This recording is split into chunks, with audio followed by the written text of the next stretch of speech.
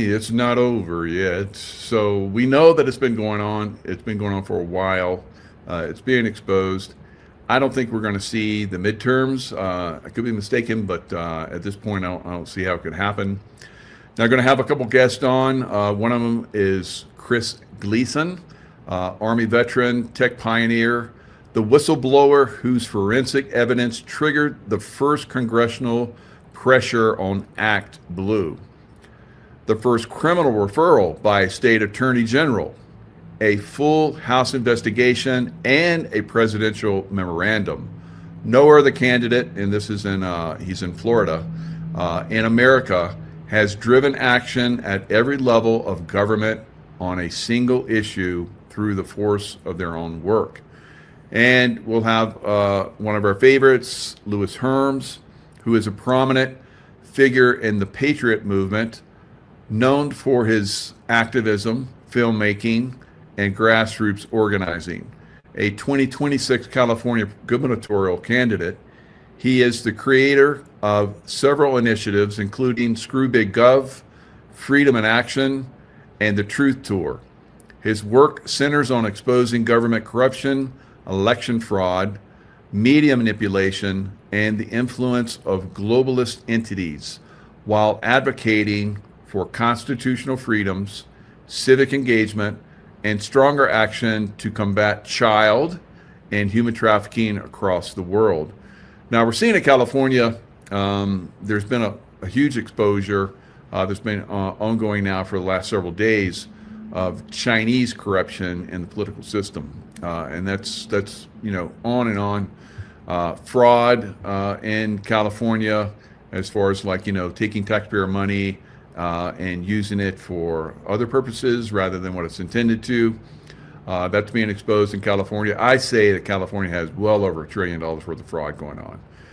If that fraud came back to the United States government, our taxpayer money, think of it taking down one of those $30 trillion, I say it's all a fraud that's coming from the United States. All the states are pretty much involved in fraud at the federal level. So those involved in it, that's a federal offense. The corruption at the federal offense, has stiffer penalties, longer sentencing, and so forth. We have a lot of people that need to go away for a very, very long time throughout the United States. Governors, their attorney generals, their political staffs, election fraud within their different groups. So all of this is being exposed, and I think that as we move forward, we're going to continue to see more and more of that exposure. So the $30 trillion in that federal government owes the Federal Reserve for borrowing, should be able to be paid off, and then IRS taxes should go away. Right, so the Federal Reserve should go away, and and then it should be a flat tax throughout each state, which takes in those monies. The property tax should go away. So there's a lot of taxation. Didn't we start a revolutionary war about that?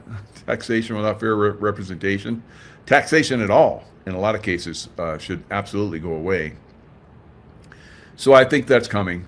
Now, Juan O'Savin is really going after exposing this fraud. He's been on a lot of different shows. I've been listening to him, expose lies. Of course, he's been on this program multiple times over the last 6 years, exposing election fraud, all kinds of fraud, Chinese fraud, City of London fraud. You name it, the fraud is out there on a massive scale. Many other people are talking about the fraud that's within the military. That needs to stop. And what we're seeing now in Spokane is another military fraud that's basically, going in with direct energy weapons and frying Spokane and the surrounding areas, and probably starting fires throughout the United States right now and in other countries. France is having the same type of fires. direct energy weapon fires where homes are being, turned to dust, and the vegetation around the homes is green. So, same thing in Spain, same thing in, I don't know, where Greece. Is there any country in the world right now that's not being hammered by the deep state right now? So, as a world entity, we need to rise up and we need to start to push back on this. Of course, the people that are protecting that deep state are the political elite, as they like to call themselves. They'll be nice and elite in a lot of these prison cells, and then at some point, probably a lot of them executed. So I think this is where a lot of that needs to go. We need to start to push on this very hard. Start electing the right people in the right positions, and like the gentleman I just introduced, Chris Gleason, is running. I think he's running for the Senate, Florida Senate. That would be definitely someone to be in the right position. As an Army veteran and tech pioneer, he would know about direct energy weapons and how to go after the people that are involved in it. So I'm looking at it. I'm like, well, it's very simple to start this. I was just up at James Gilliland's ranch in Washington State, and he said that the base commander that's close to where his ranch is contacted him on the phone and told him to quit, talking about UFOs. It's like, what? So, and then, he has helicopters that fly around at low levels, harassing him. Jets that come around and are circling his compound at very, very low levels. He talked about how these jets came in and were almost at stall, so that their nose were pointing up and their, afterburners were pointing down. And they were slowly going around his compound looking for what he said was a jet that I guess had come in to cause some harm or some damage, and it had disappeared. Now, from what he was telling me, it went into another dimensional time, and they were looking for it. So don't mess with some of us, because that's going to come back and bite you. All right. So we're seeing a lot of these people are being exposed, but no charges, no hauling away. When is this going to start? A lot of us are like chomping at the bit. I think that we may need to start our own courts and start to hold these people accountable, and then get people that will, maybe law enforcement, that we voted in some really good sheriffs, constitutional sheriffs. We could get some really good, and this is happening in California. We could get some really good judges that could get involved. So you got you got a good judge that can do the right court procedures and so forth. Can call it. They could, send out. Somebody needs to be arrested for this, and this involvement. The local community is like completely on board with it. You maybe have city councils that get together and push it up to the judge level, the sheriff level, and then they can respond. At the community level, we can we need to see justice here, because we've been our cities have been burned, and we know that these people are involved in it, and so forth. And then we get a judge that has them arrested, brings them in on charges that we file. We file the charges. The community files those charges, and then the judge and the sheriff, executes them. Not literally yet, but they bring them in, and then they go through a trial process. So this is really where it needs to go, and I think it's going to be one of the things that's going to get a lot of these people taken off the scene. And then it's going to just continue to move up. So we're already seeing a lot of these people are starting to flee America, right? Some of them are starting to creep back because they think it's okay. That's going to be a wrong decision, because we're definitely going to move forward and start to take these people out, all right? So, more and more as we move forward of this corruption gets exposed. Now, right now, I think, is doing a show or did a show. The title was Juan O'Savin, Tina Peters, Patrick Byrne, Why the 2026 Midterms Can't Be Fixed. Um, now, uh, this is Blessed to Teach, restored after 5 years. And I'm going to play a little bit of this while I'm waiting for these guys to show up. And let me bring this up and start it out. He signed it. And that order said that all the counties had to clean up their voter rolls in preparation for the midterms. And they had 188 days to complete that task, along with assistance by the governors, et cetera, state by state. Of the 2,500 and whatever number counties is, I think it's 41 counties in the United States. How many counties cleaned up, county clerks, people in the position like Tina Peters was in, how many of them cleaned up their voter rolls in preparation for the midterms? Not one. Nobody complied with an executive order from the president. Just like when the president issued a presidential pardon for Tina Peters, and then the state governor and the prison system refused to honor it and said states' rights. So, Right. So think about that, guys. Not one county in the United States obeyed a presidential order,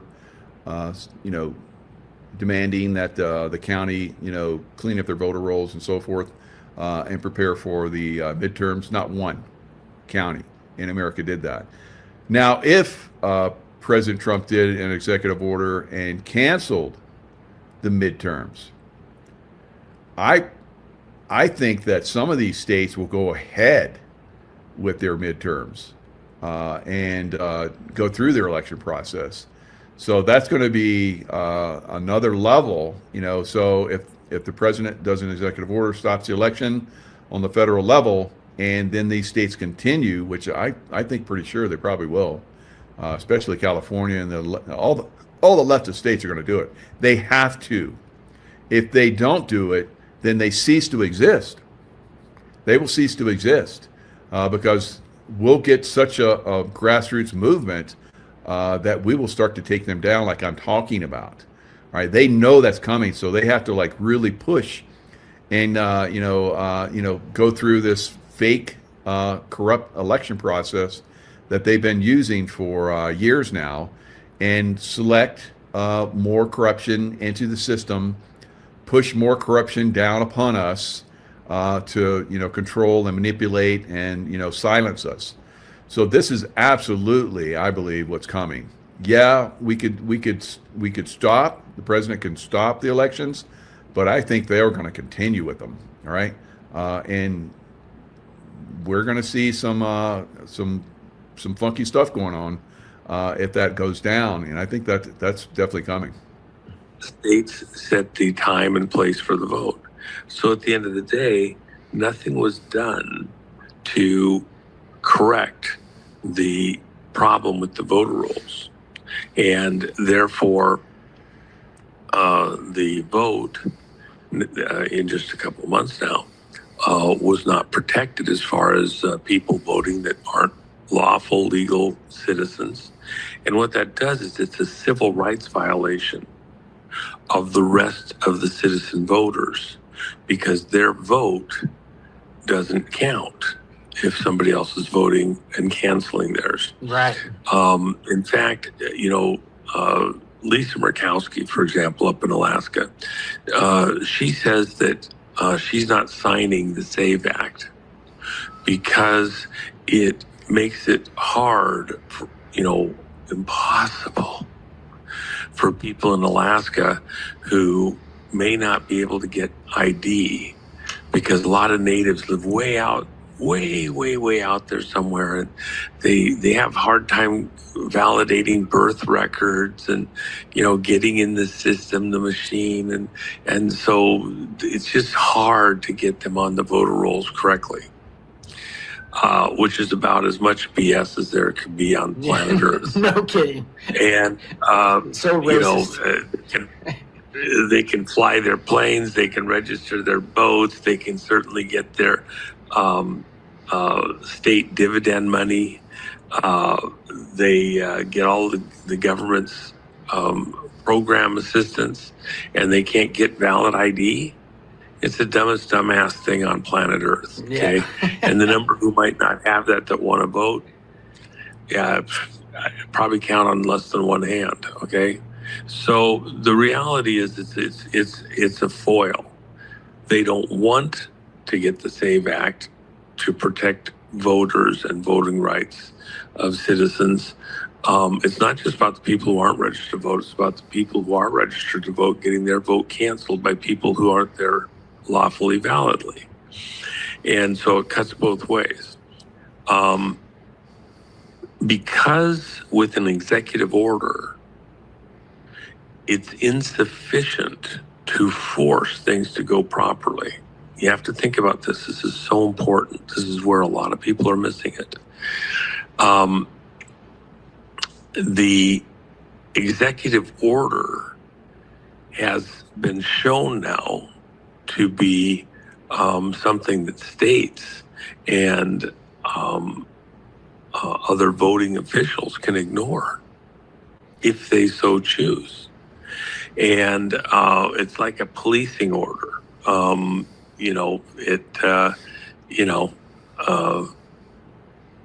Don't cross except in the crosswalk. No jaywalking.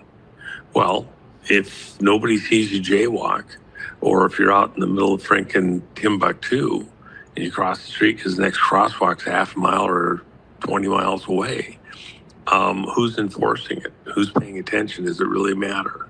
I'm out in the country a lot, and some of those sections where you drive, I'll slow down. I can see a mile to the left and a mile to the right, and I come up to that stop sign. I'll ease down, but crap, I've got a freaking 40-foot trailer behind me. I'm moving 50,000 pounds on the truck, on the trailer behind me. I don't bring it to a full stop. I'll watch, I'll look. If I see it. All right, as you just saw, there was a comment from Seven Rick Rock. He comes in and makes really good comments in my show as well. Through every system that's out there right now, I saw them when I was in the CIA. I saw them when I was in the SEAL teams. These very, very high up in the government and very, very high up in the military.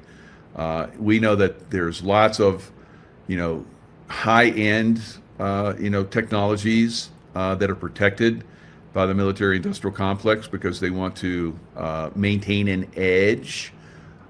They use that edge against the entire world, including the U.S. population, guys. So that system has to be taken down, but it's very difficult because it's so deeply ingrained. So imagine you have Masons, you have Masonic lodges all across America. How many people are involved in those Masonic lodges? Those Masonic lodges, on the very entry level, you just have the regular folk. But once they start to go up further and further, second, third, fourth, fifth, sixth, all the way up to, 32nd, 33rd degree Mason, those guys are, they're corruptible and they have information. I remember talking to a lot of those guys over the years when they first went into the Masonic lodges, and we were talking about a lot of interesting stuff, and they were very open-minded. But once they got deeper into those lodges, their open-mindedness and the conversation started to shut down. So this is some of the things that are happening on multiple levels.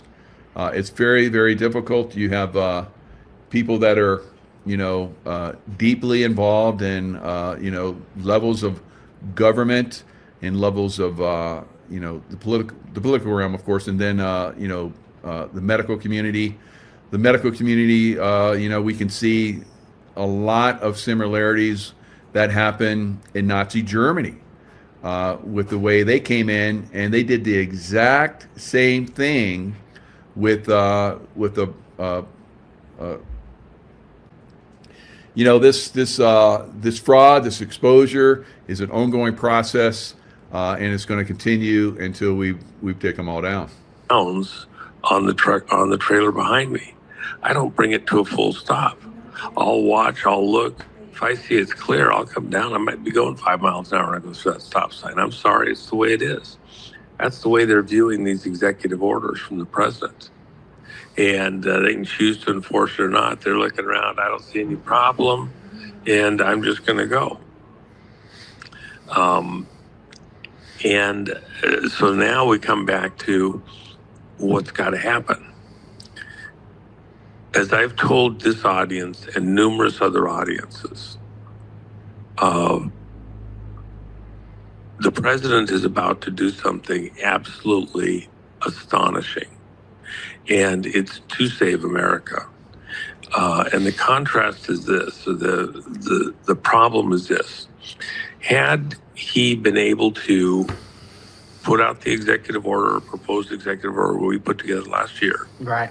and get it enforced in time, you'd have had a year till the elections, a year and a half even, to get everything in place. You'd have had a year till the primaries started to try and get things working halfway right. And go through the court process and let everybody argue, etc. We're now well past that. Primaries have already occurred.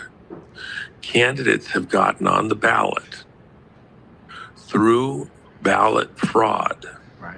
through frauds within the primary process, people voting who had no legal right. So he's bringing up the case that we have throughout America now through these primaries. We've had election fraud to get people on the ballot to be elected through fraudulent elections within the primaries. So this has to be stopped. Juan has said that that's what's going to happen. Many of us believe it's going to come down to probably late October. So don't get all excited if you don't see it happen anytime soon, because it has to. Because if we the president and so forth, the team were to come in and do it now, there's enough time where they could come in with legal activities and so forth to push it. But if we get it right to that point and then stop it, it's basically stopped. It's very hard to restart it at that point, because the system, grinds and grinds and grinds, and when you stop it, throw something into the wheel, and it comes to a grinding halt. It's very hard to get it going again, but it'll grind away until you do something to stop it. And if you do try to stop it, they can pull out all the cogs and start another process and go ahead and do the election anyway, like I'm talking about. They could go ahead and do it anyway. But if you stop it, close enough to that election and everything's lined up to go with the regular process, it's very hard for them to continue that process and cheat and go forward and say, well, we went through the process like it's normally supposed to be, and we elected this communist, this communist, this communist, this communist, and this communist throughout the country, guys. We can't have that. And that's one of the things that Juan's been talking about, that President Trump is ready to stop this process. Whether it happens or not remains to be seen. Now, I said a couple days ago that it's going to be very, very hard for us to expose this kind of stuff. And my two guests, I don't know, they were supposed to come on at 5 o'clock. Here it is, almost half an hour in. We're contacting them. They have the link. I don't know why they're not here, but this is part of the things that are going on.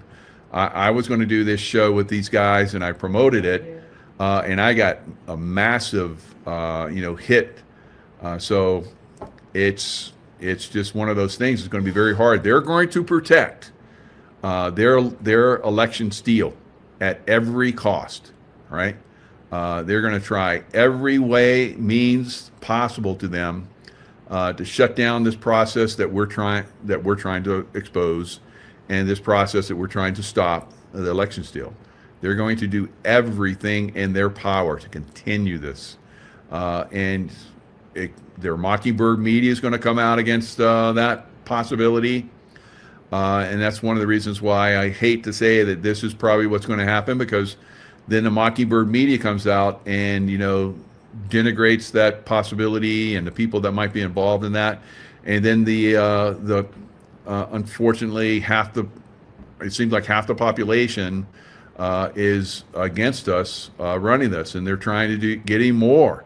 Even the people that for a long time have been part of the Trump MAGA team, you have people like Tucker Carlson, and Candace Owens and Marjorie Taylor Greene now, and lots of different people.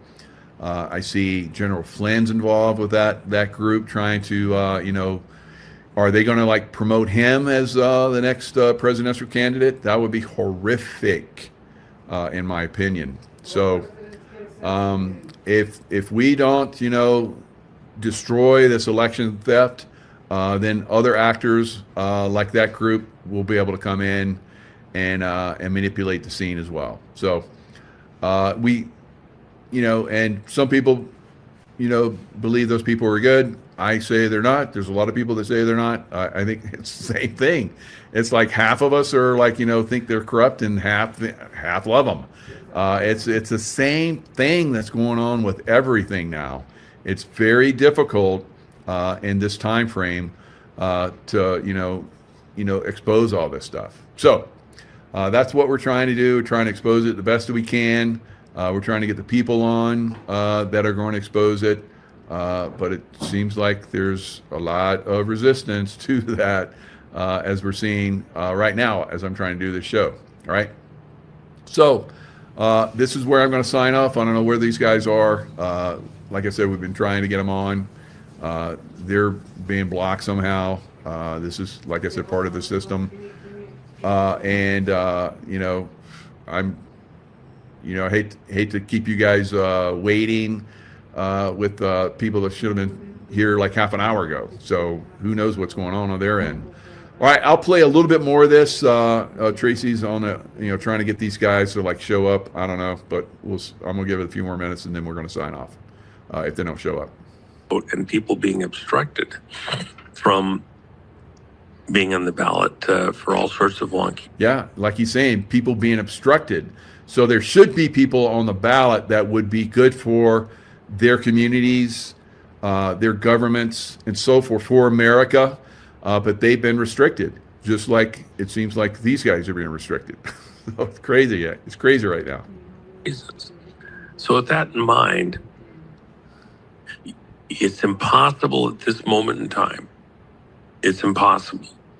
It's feasibly impossible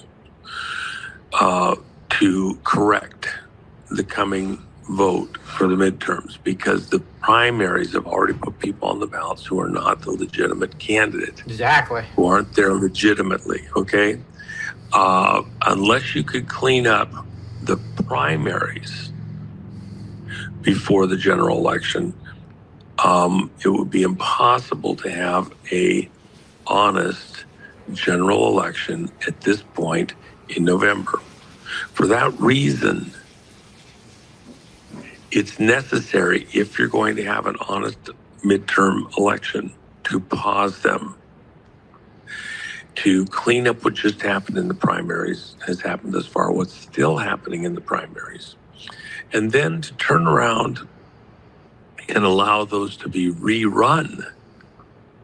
See, from the time that people decide to run, and then they got to go out and try to get voters to agree to, put them on the ballot, Democrat, Republican, independent, things like that. That process alone needs pretty much bare minimum, in a worst case scenario, 3 months, and more likely 6 months, to allow people to make the decision, get the campaign financing sorted out so they can run an honest campaign to get on the ballot for at the primary, and then run the rest of the way to the general election. That process. All right, so probably a 1 year, in my opinion. Stand down and clean the elections up, get the right people on the ballot, redo the pre-election, pre-ballot, stuff, primaries, redo the primaries, and make sure there's no cheating going on. I think at least a year. I think at least a year from the point they stop it to the point where we do it again. And I think that could assuage a lot of people. It's like, look, we're going to our country is under threat from foreign governments. They've been coming in and manipulating, and that's being exposed right now in California. That could be brought up and used to show that we have foreign interference in our election system. It happened in 2020. It's been happening for long before that, and I think that this is going to be the thing that goes forward. Now, is that legal? Yes, it can be legal. It's basically there's different ways that can happen. We've had many legal authorities, experts that have talked about how the president has the right to, as commander in chief, to basically come in. You could use that angle. You could use the angle of election interference from foreign governments. He could say on the federal level, it's corrupted. We have to clean it up. So there's multiple ways that this can legally be shut down. So golden lock. Hopefully that Goldilocks. Locks 17. So good. That's a good one. Do you have Goldilocks? All right. So that's one of the things that is up, and it's not. I don't think it's going to be debatable with the evidence that they probably have ready to roll out. It's, in my opinion, it's already. There's enough election interference have been exposed that we can shut down this coming election and start to expose the voter fraud from all the different sources, and then start to roll out. I don't know, maybe some kind of blockchain voting process that can't be that could be shown not to be manipulatable. So. Who knows? Maybe they have that already ready to roll out, along with some of the blockchain in the financial institutions. So blockchain can be used in a lot of different ways to not only show the corruption that's out there, but also to stop the corruption and the fraud. All right, because it's so easily you can easily expose it. If there was any kind of corruption. And of course, in some cases, it can't be corrupted. All right, guys. That's all I got for right now. I don't know what happened to those guys. Hopefully we can figure it out. Maybe have them on a future show.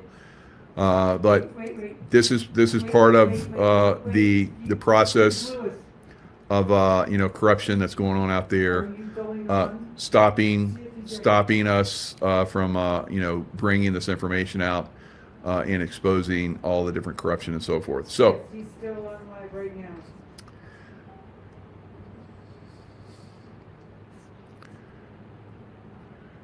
Just wing it, say today I'm talking to him. all right, so we're talking to Lewis right now. I don't know if there's some kind of coordination going on between the different staffs or whatever, but I can drop in 2 minutes. They'll be in 2 minutes. all right, he's saying he can drop in 2 minutes. All right. Do it. And so I'll give it 2 more minutes, and we'll see what happens. Let's play a little bit more of Juan. A perfect world's a year. So if you shorten and compressed it, would it be fair to candidates to only make it, half a year? Yeah. Yeah, you probably could do it. But here's the problem.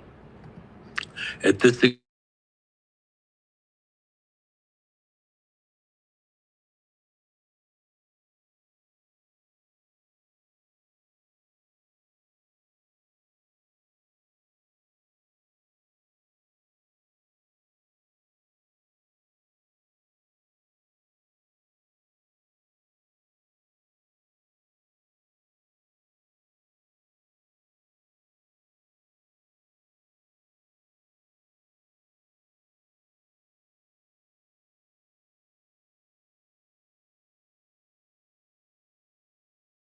and because they've had a serious voice till now, and they've done important work till now, still don't quite grasp that technically, even legally, it is now past the point of no return to fix this year's elections in November. Why? Because they're already fixed. The fix is in. Yeah.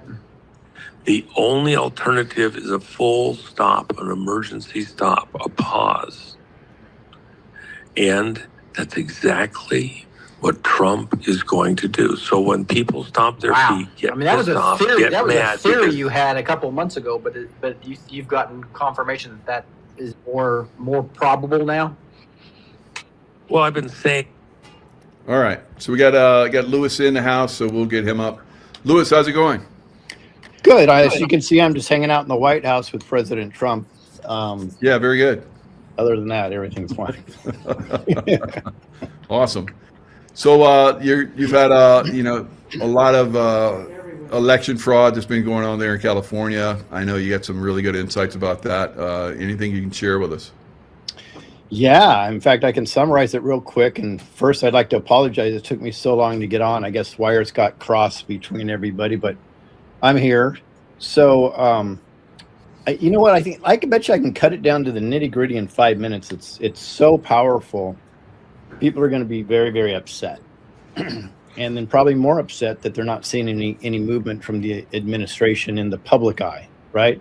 And no, I'm not doing that because I'm part of the Illuminati. I'm just showing you an eyeball. Although I do have a film coming out about the Illuminati. Oh, so good. That's why it's on the forefront of my mind. So to give you an idea, I was in a unique position as a candidate when I ran for governor of California that we could pull records a lot quicker than somebody, man on the street or somebody that voted. So knowing that I was leaving, somebody connected me with a gentleman named Christopher Gleason, who's actually running for senator in Florida. Right. And he became my main man, and he's amazing. Have you had him on your show yet? No, I don't know if he's going to be able to make it, but we'll make it happen. You earlier, so yeah, we'll make it happen.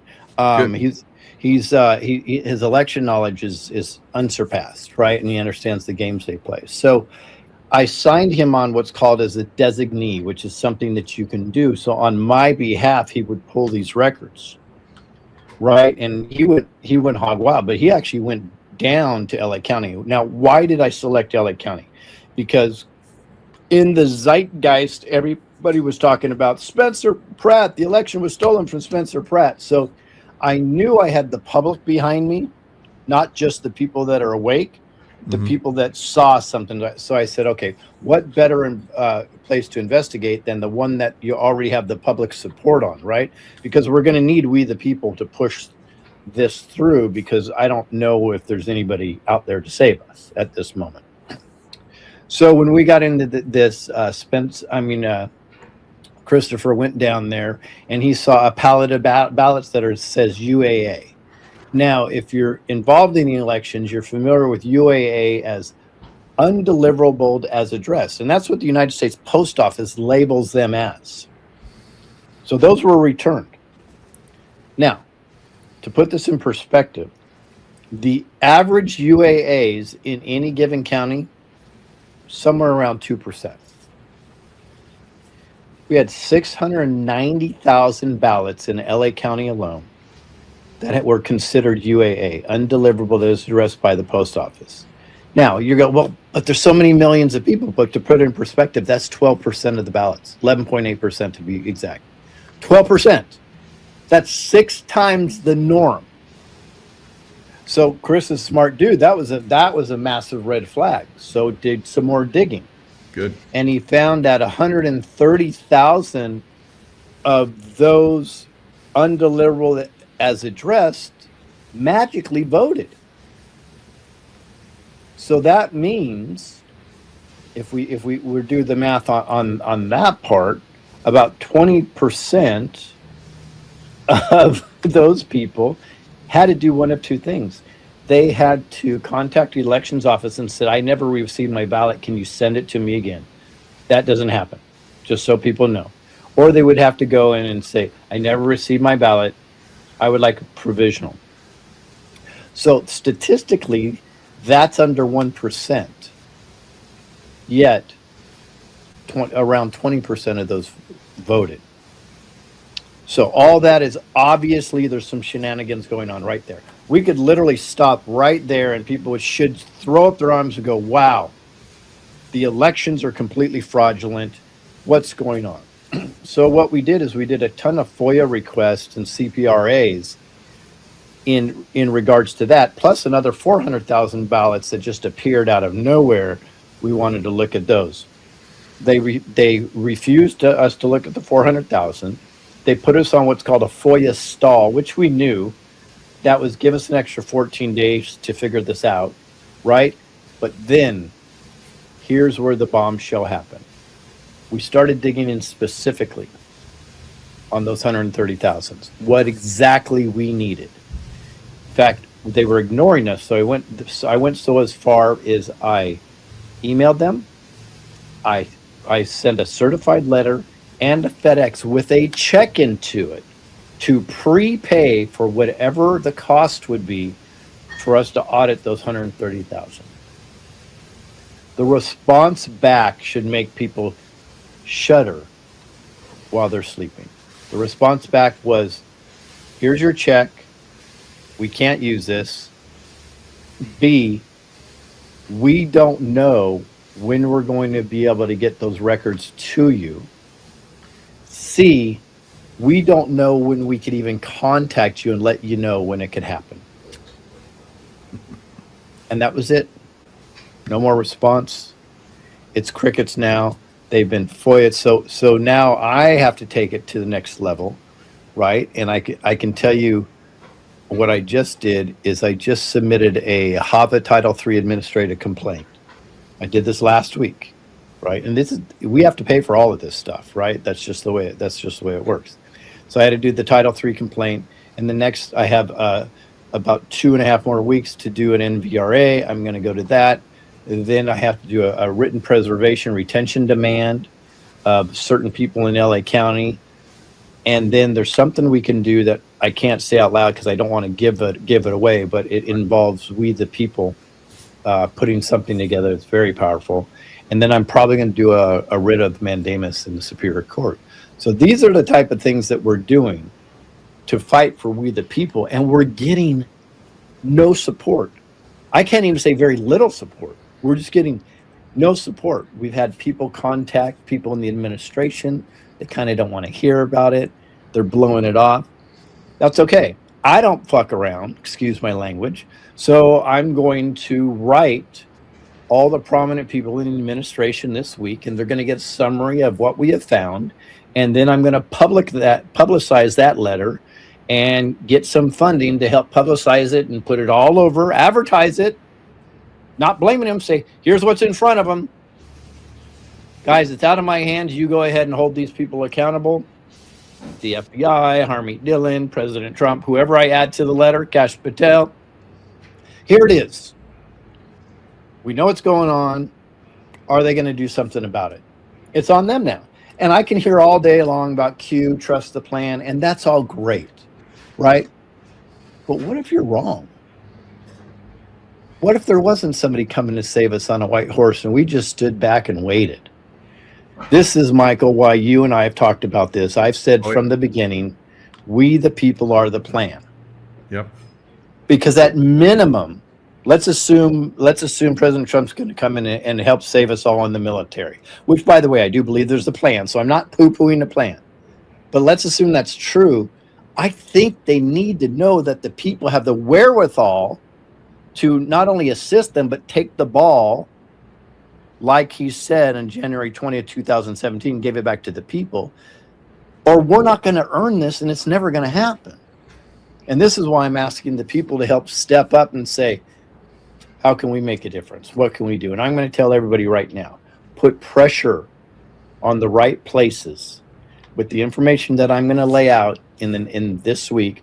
Very easy, Hopefully I can do it 1 page. It may be 2 pages, something super easy that anybody can say, hey, why isn't this being addressed? And that's what I feel my job is as part of We the People. I try to summarize it as quick as I could for you. Nice. So, and then what's the step after that? Do you go to some kind of legal representation? You get a judge involved. You get the law enforcement involved and start making arrests. So, I mean, Well, they're not going to do anything. The like law that's where it's gotta go. law enforcement is just turned a blind eye to this, Right. and that's the sad thing. Well, you know what? You may have something live. I just got a response from, I think it was the post office. Hold on a second. This may be something cool that just popped in.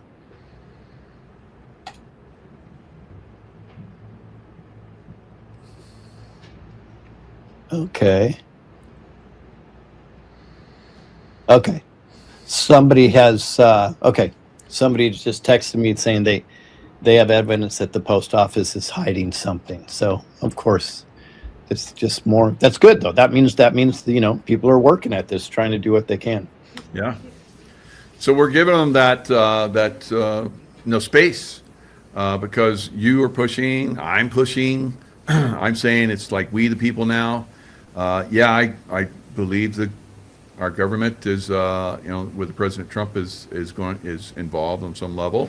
I don't know. I can't see it, but I believe they are. Juan O'Savins talked about how there's going to be an executive order that's basically going to shut down the midterms so that year out we can get the right people on the ballots because the initial ballots and voting and so forth has been corrupted, and so you have to go through another whole year long cycle to correct that.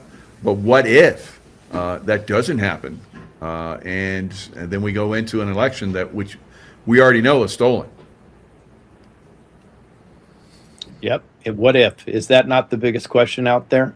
And Yeah. that's the most important one. So the great example is Juan believes that the president is going to sign an executive order and maybe suspend the elections. I've sent a letter to President Trump personally, said there's a way to do this without even suspending it. But let's assume that to be true. Let's use Juan as an example. At the same time Juan is believing that that's going to happen, he's pulling together people to expose the fraud in the elections. Mm-hmm. So this is a perfect example. So he believes that's going to happen, but he's not sitting on his ass doing nothing. He's still putting together people to expose the elections. This is what I've been trying to tell people for so many years, and it's getting me frustrated. The trust the plan narrative wasn't about us sitting on our couch with the froggy mask eating popcorn. That's not what that was about. That was about, because that's in the drops 42 times, but 147 times it says the people. So it's about the people getting activated and making a difference. And assuming the military is going to step up, then we work symbiotically with them, Mm-hmm. right? And Yeah. that's why this is so important. So I just hope to lead by example in that regards. And at least if I'm wrong. Yeah. Now, there's lots of, it's all over the news right now, Chinese political corruption, in the elections. So what are you seeing on that? There's incredible amount. I think it's true, but I think the overall narrative is a psyop, which is good. I understand what it's for, and the reality is let's just talk reality. China, Serbia, Italy, Venezuela, Iran have all been involved in our elections. Right. Put those aside for a second. None of them have been more involved than the deep state CIA within inside of our country. Good point. So, but it's harder to show exposure inside of our country of the bad actors like the Comeys and so on and so forth, and suspend an election or use the War Powers Act to do that. So how do the bad actors like the Comeys and so on and so forth, and suspend an election or use the War Powers Act to do that? So how do you do that? You have to show that it's foreign invasion that has been doing this, and now you can use the War Powers Act and you can suspend it. So I know this is not the narrative that I'm sure the Trump administration wants to hear. I'm just trying to tell people this is what I believe is really going on, and why there's so much focus on the foreign interference, because you can use that as a tool, which they should, to take care of some things. Yeah, so Trump claimed China collected 220 million U.S. voter registration files. But that data is easy to obtain in most states, unless you, the federal government, you or me or somebody in the federal government asks for it, and then they can't get it. We can't get it. So, so that's CBS News reporting that, the Mockingbird Media interface as usual. So again, we, the people, have to push forward and get more involved. Just being vocal like we are right now, I don't think it's enough. I mean, I'm looking at, directed energy weapon attacks happening in another major city, Spokane. So that's so freaking obvious. It's crazy. Yeah. There's trees right next to cars, and the metal cars are completely burned up, and the tires are gone. This is, come on, guys. It's just so obvious. I mean, I was boots on the ground, did an investigation in Paradise and Lahaina and the Palisades. Literally, physically went to all three locations. Wow, good job. Right, and I can tell you, there's anomalies between them, but you know what's consistent? There was some actors that were not the wind, right, or not an electrical pole, that were involved in all those fires. Yeah, and I've done several shows over the last several days that have exposed all that. I've had guests on my program. Maybe we should do a show, because you've been to all three of them. Wow, that's good. Yeah, boots on the ground. It's out there that talks about all of those and more, where he shows the vegetation. That's there's no way that the vegetation would act the way it is acting. And then you have trees that are burning internally. That's microwave energy, of course, and on and on. And I just did a show earlier. I think it was Paul Preston. He basically, we both talked about all this, and he said he went to 28 days. He was up in Paradise, and he said that there were trees that had completely been burned away all the way down into the root system. And they were going 6 feet down, because the soil is compromised by all the radiation from the microwave energy and so forth. 6 feet down before they found soil that was uncontaminated. So we both talked about how the systems, the water systems, the piping melted, underground. So that's, again, in Lahaina and in Paradise. And it sounds like you probably know all about this too. The only one that I've been to is there in Malibu, and the areas around there. So, which, by the way, I think I've proven that's probably not directed energy weapons, but it was smart meters. I think they're both involved. Yeah. And I'm the only one that showed that there's smart meters there, because I said, okay, let's check this out. What could this possibly be? Edison International, smart meters, 2012. They have a memo. It's still there on their document. It was there 2 weeks ago. Should be on their website right now. You guys can go there. Go Edison International, smart meters. 2012, we proposed to put smart meters in these cities. There's 98 cities in LA and Ventura County.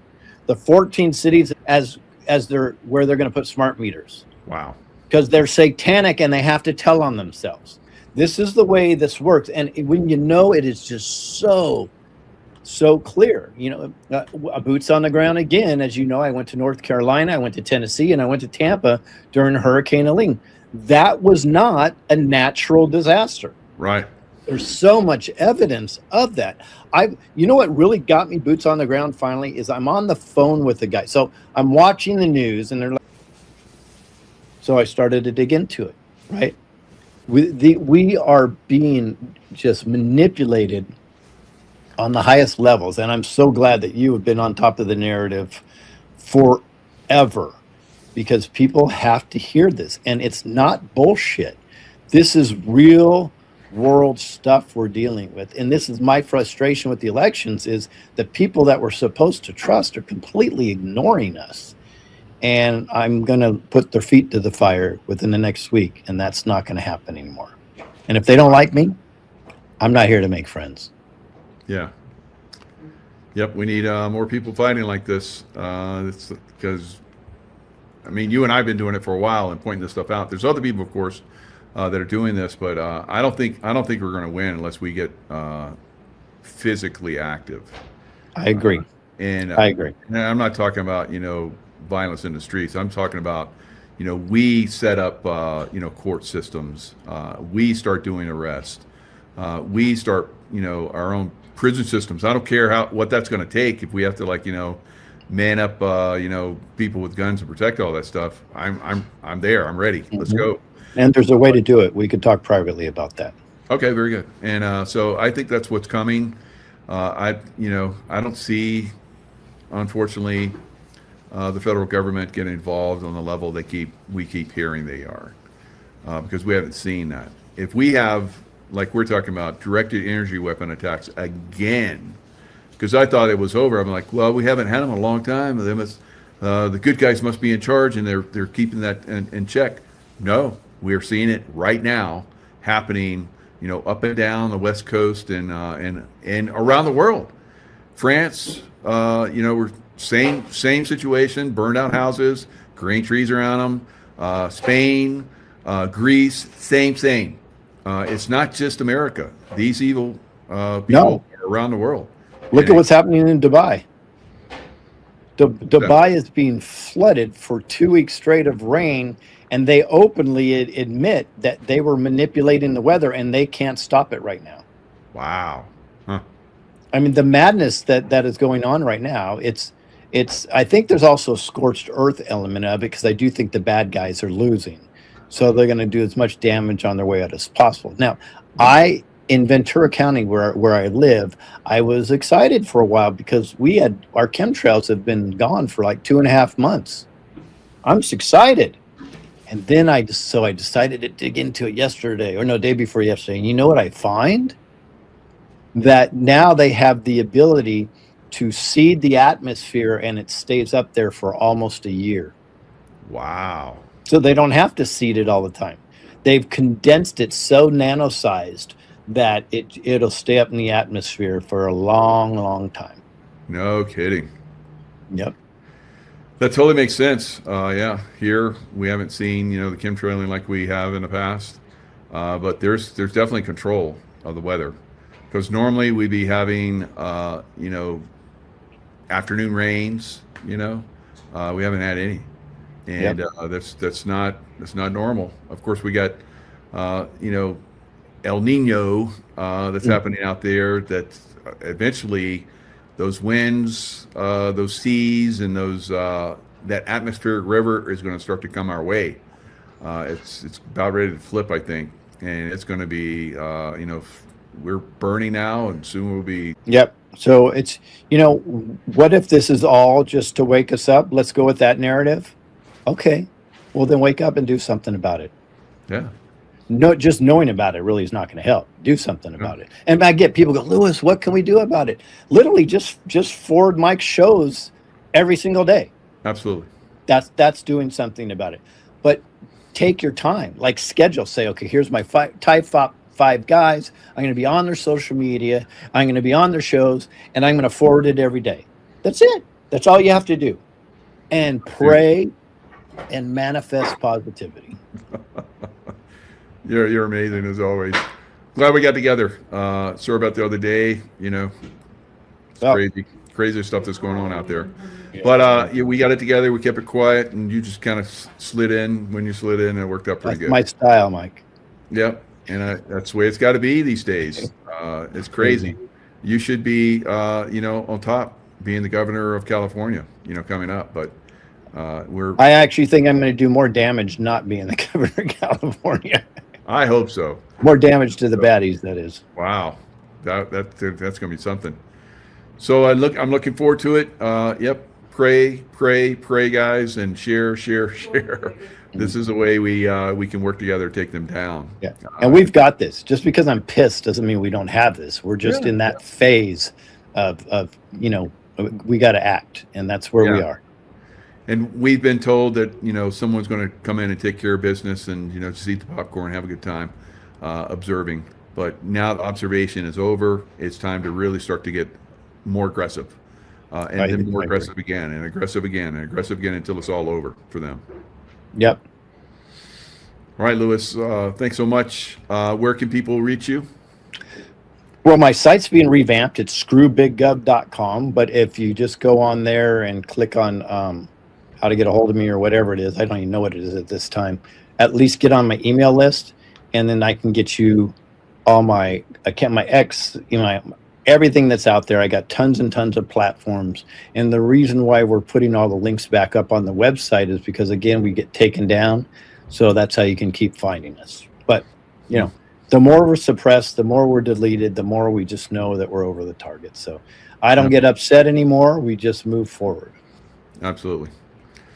All right, my brother. Good to have you on again, and look forward to sharing more of your information as you dig deeper, and you're exposing, like you said. So let's go. Let's go. Yeah. Let's get it done. All right. It could be fun. See you, man. Take care. You too. Bye, everybody. Thanks a lot. Trump has dissolved the cabal privately owned U.S. Inc. and declared us U.S. a sovereign nation under common law, no longer to be mind controlled by the cabal deep state. 10 days of communication darkness imminent as the global military alliance makes mass arrests. Judy note, President Trump has dissolved the privately owned U.S. Inc., while he has returned to America, common law sovereignty under concepts of the original Constitution. In a move that will go down in American history, President Donald J. Trump has officially invoked the authority vested in him under Article II of the U.S. Constitution, declaring the United States a sovereign nation under common law, no longer under the foreign-controlled corporate structure known as U.S. Inc. This declaration of authority and summons, issued and signed directly by Trump, marks the end of Admiralty law rule and the rebirth of the constitutional republic. The era of foreign manipulation, unconstitutional governance, and globalist occupation was over. Sun. 2 Aug. 2026, breaking update. President Trump declares the restoration of the American Republic, U.S. Inc. DISSOLVED, common law sovereignty RETURNS. This was a historic move on a power struggle of good against evil that has been going on for a very long time. The satanic philosophy of mind control to gain power over the people, including control of their financial system, has been used throughout the centuries by the Illuminati deep state cabal elites. What most people still call the cabal was not a single organization, but a networked system of central banks, intelligence agencies, private foundations, and intergenerational bloodline interests that captured monetary sovereignty after 1913 and expanded it through 2 world wars and the post-1945 order. Because of Trump, global military alliance, and their ongoing mass arrests happening right now of over 500,000 deep state elites, the cabal's plan to rule the world 2030 was reaching a terminal phase. Sun. 2 Aug. 2026. Boom. Explosive truth about the Nuremberg II military tribunals and active continuity of government protocols. This fall of the cabal has been greatly helped along with Trump's July 2026 implementation of the global currency reset of 209 nations. It put world currencies at a 1-1 with each other and returned the people's monies back for use of the people rather than the cabal. Sun. 2 Aug. 2026. Bombshell exclusive. Q drop 3565 decoded. It's going to be biblical. The Vatican. The secret network. American Media Group, we were finally overcoming the cabal's use of mind control to rule the people that greatly increased in 1945 after World War II, when the U.S. recruited over 1,600 Nazi scientists, engineers, and technicians, high-ranking members of the SS, who were complicit in war crimes, to lead the nation's most sensitive scientific and intelligence agencies. George Bush Sr. Von Braun and colleagues soon organized the CIA using the occult knowledge of Satan worship, torture of a young child, and their developing brain to divide their thinking patterns onto multiple personalities, and thus have lifelong control over them, and advanced propulsion theories that the Nazis had been developing in secret. They used the NASA narrative as a front to continue their research into anti-gravity, frequency weapons, mind control psychological warfare, mass surveillance, and black site interrogations. Philosophies were still embedded in our government agencies even today. The original CIA program, eventually known as MKULTRA, consisted of 149 subprojects, plus another 33 closely related programs. The Dr. Phil Show segment came out the same week as release of Jenny's biography, 22 Faces. Strangely, that same week Douglas Messner, aka Lucian Greaves, founder of the Satanic Temple, managed to put up 51-star negative ratings about the book on the 22 Faces and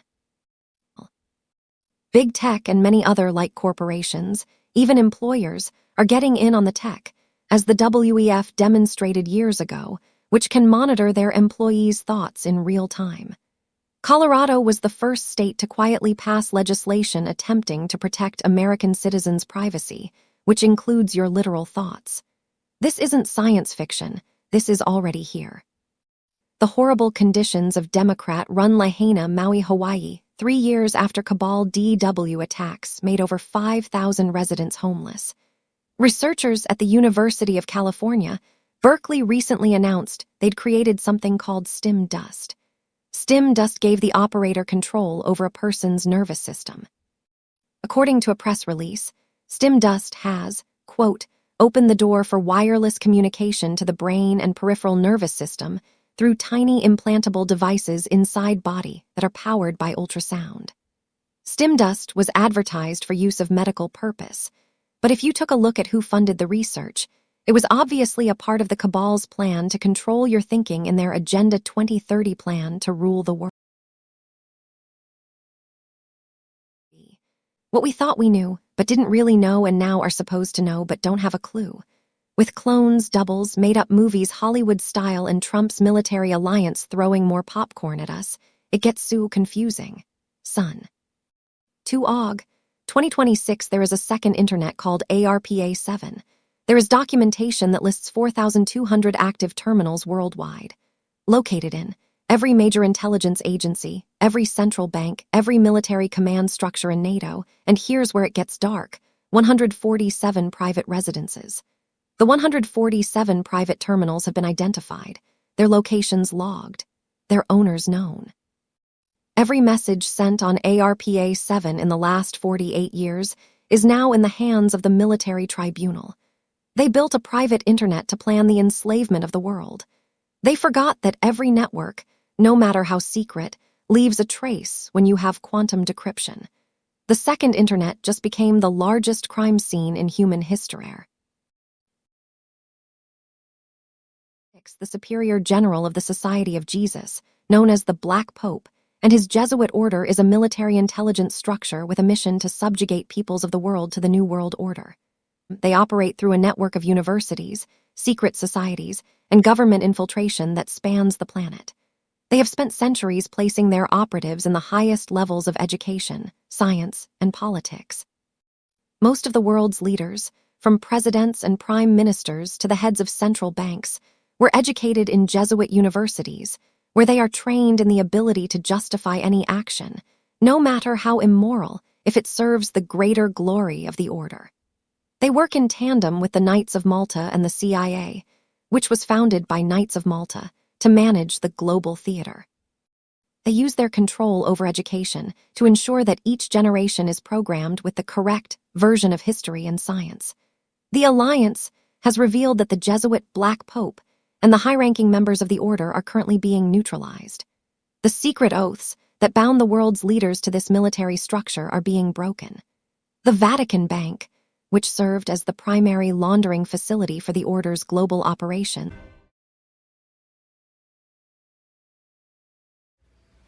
Possible timing. Judy note on Saturday, August 1st, 2026, the below dates were published by several valid sources but could not be confirmed.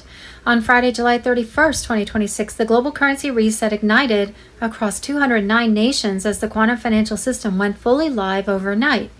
On Monday, August 3rd, 2026, the Starlink emergency broadcast system streams. On Tuesday, August 4th, 2026, 10 Days of Darkness intensifies with a full media blackout. Starting Thursday, August 6th, 2026, initial redemption centers in the US and EU were expected to go live for private appointment scheduling. And Friday, August 7th, 2026, martial law enforcement was expected to complete mass arrests of remaining deep state medical elite. The quantum financial system, the structure of control that has governed global finance for more than a century, is reaching its terminal phase. What most people still call the cabal is not a single organization, but a networked system of central banks, intelligence agencies, private foundations, and intergenerational bloodline interests that captured monetary sovereignty after 1913 and expanded it through 2 world wars and the post-1945 order.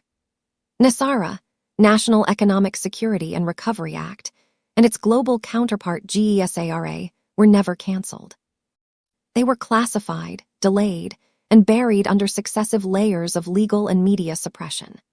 The core mechanisms inside NESARA-GSARA include the restoration of constitutional money, the elimination of the Federal Reserve's private control over currency, the forgiveness of certain categories of public and private debt, and the return to an asset-backed monetary standard. These mechanisms were designed to operate in sequence with a new technological layer, the quantum financial system, QFS. QFS is not a public blockchain. It is a secured, multi-layered settlement architecture that has been tested and partially activated in the background for years. Its purpose is to replace the legacy SWIFT, central bank clearing system, with instantaneous, transparent, and auditable settlement that cannot be manipulated by the same institutions that currently sit at the top of the old hierarchy. Stellar was selected as one of the visible public rails that would interface with QFS once the transition order is given. The reason is structural.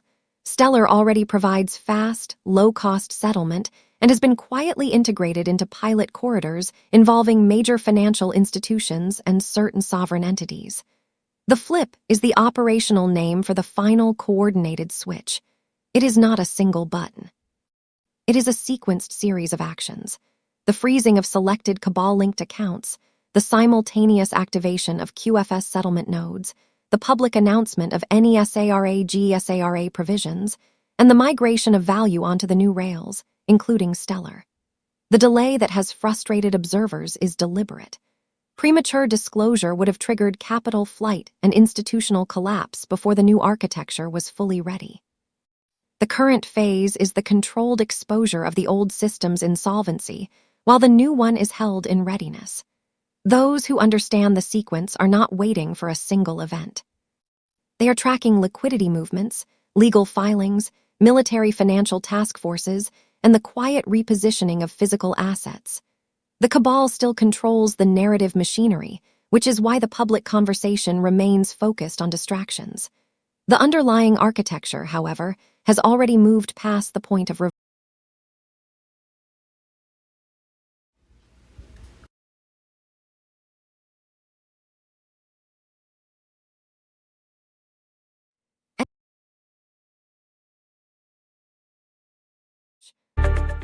It's the 3rd of August, 2026. And it's all being exposed for those people who can see. Netanyahu saying that Jesus Christ is the same as Genghis Khan. Mocking Jesus Christ. Are you awake yet? And you get these Zionist Christians out there. None of it makes any sense. This is how Satan works. Distraction, distraction, distraction. Stick to the truth. Everything has become distorted. And this is all done to try and collapse what's real. They've tried to normalize so many things. You know, I was only doing this. It's adultery. It's fornication. I misspoke. It's a lie. Let's call things what they really are. You either love the Lord Jesus and remain faithful to the Lord Jesus, or you're on the other side, which is satanic. It's black or white. The waters have been muddied. The swamp is filthy dirty and is being drained. The question I have for you today is, which side are you on? Or are you still stuck in the mire, in the grey bit in the middle, in the swamp? It's time to pick a side. The road is very narrow for those people who choose the path of righteousness, who choose the right path. It's down to you to choose. Don't sit on the fence. There is no fence. You'll land on the wrong side. It's good to see so many people who are standing up for what's right and who are pointing out what's wrong. The side that's on the side of evil, that's on the wrong side, will try and distract you and distort the truth. They even create their own terminology: misinformation, disinformation, malinformation. It's either the truth or it's a lie. Let's get back to basics. Good morning, Drew. Good morning, Charlie. Good morning, everybody. Happy Monday. And my first story is the United States could be approaching a defining moment of cryptocurrency regulation. The Clarity Act has already passed the House and cleared the Senate Banking Committee with updated legislation released on the 22nd of July. But the final hurdle remains, and a full Senate vote still has not been officially confirmed. Supporters are pushing for the action before August recess. And I'm sure Trump said, you're not moving and we're not going into recess until this is decided. But disagreements over stable coin rewards, political ethics and government officials' involvement in crypto continues to hold up progress. If passed, which I'm hoping should be today, the act would establish clearer boundaries between the SEC and the CFTC and create federal rules for digital assets, exchanges and token issuers. Momentum is building, but let's be clear, the Clarity Act is progressing, not passed and not law yet. Well, this is all part of the collapsing of the old banking system. A banking system that was completely corrupt, was set up many, many years ago. It was called the Federal Reserve. There was nothing federal about it, and it had no reserves. I remember many years ago having an argument with somebody in America about the Federal Reserve being privately owned. His attitude was, you guys from across the pond have no idea what you're talking about. Well,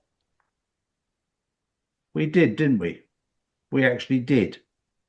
Sometimes you can live in such a tight little bubble, you can't see anything for what it really is. The banks have been desperate to stop or change the Clarity Act because they get, at the moment, they have control over your lives. But now is the time of education for those people who are going to have to learn very quickly to be responsible, because you are going to become your own bank. And this is what the Clarity Act will do. It'll provide you with your own sovereignty. Because up until now, you've let the banks control everything.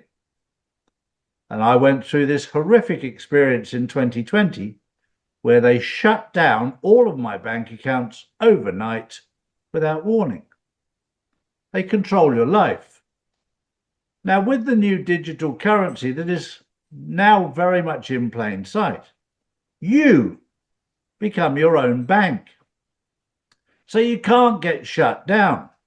But you can imagine the old controllers don't like that. There are many people right now who are more than capable of managing their own money, who don't need a bank. And in fact, if you go back to the 1940s and 1950s, and you remember grandparents or parents, grandparents, or even great-grandparents, they didn't trust the banks then. There's many people of those generations who kept their money under the floorboards, under the bed. I think we all know somebody who did that because they realized then how much control they had. Well, that control just got greater and greater and greater, and it got ignored because they made it look like you had freedom. But you only have freedom as long as they allow you to believe that and have it. And when it actually comes home and they turn that tap off, the question I have for you is, what will you do? We're watching things happen all over the world. Japan, this weekend, was on the verge of going bankrupt until the US stepped in and bought an abundance of yen. But they bought an abundance of yen with paper. I can't imagine for 1 minute they sent a truckload of gold or silver over. They gave them a load of paper with, "I promise to pay the bearer." Promises, promises, promises. Until Japan goes, "Hang on, we want something of value. Your paper's not worth jack. Whatever." And we're all beginning to learn this lesson. My next story is about what's going on, what started off in Ukraine and then went across to Venezuela and is now Israel. These wars, these endless wars, it's easy to point the finger as to who's responsible, but you have to unpeel it to see what's at the heart of it. We already know that the organizations like Hamas that is being dismantled at the moment in the Middle East by Donald Trump's team. Hamas was set up by the CIA and Mossad, America and Israel. But it wasn't just the United States and Israel that set this up. It was under the control of the British Empire, the City of London. You have to dig deep to find out who's pulling the strings. We're all looking at the puppets on the stage. Netanyahu, just a puppet. They're all just puppets. But the question is, who's hidden behind the scenes? And when you dig deep, it always comes back to the British Empire and the City of London. And I thank God that America, after 250 years and a good leader now, has finally got its own real independence and is no longer the slave of the City of London or the British Empire. That is being dismantled in plain sight. Do your own research. Don't take my word for it. The more I tell you, the lazier you get. Do your research. You'll find out for yourself. When you find out, that's what wakes you up. The secret space program, SSB, the Solar Warden Fleet, and the galactic trade.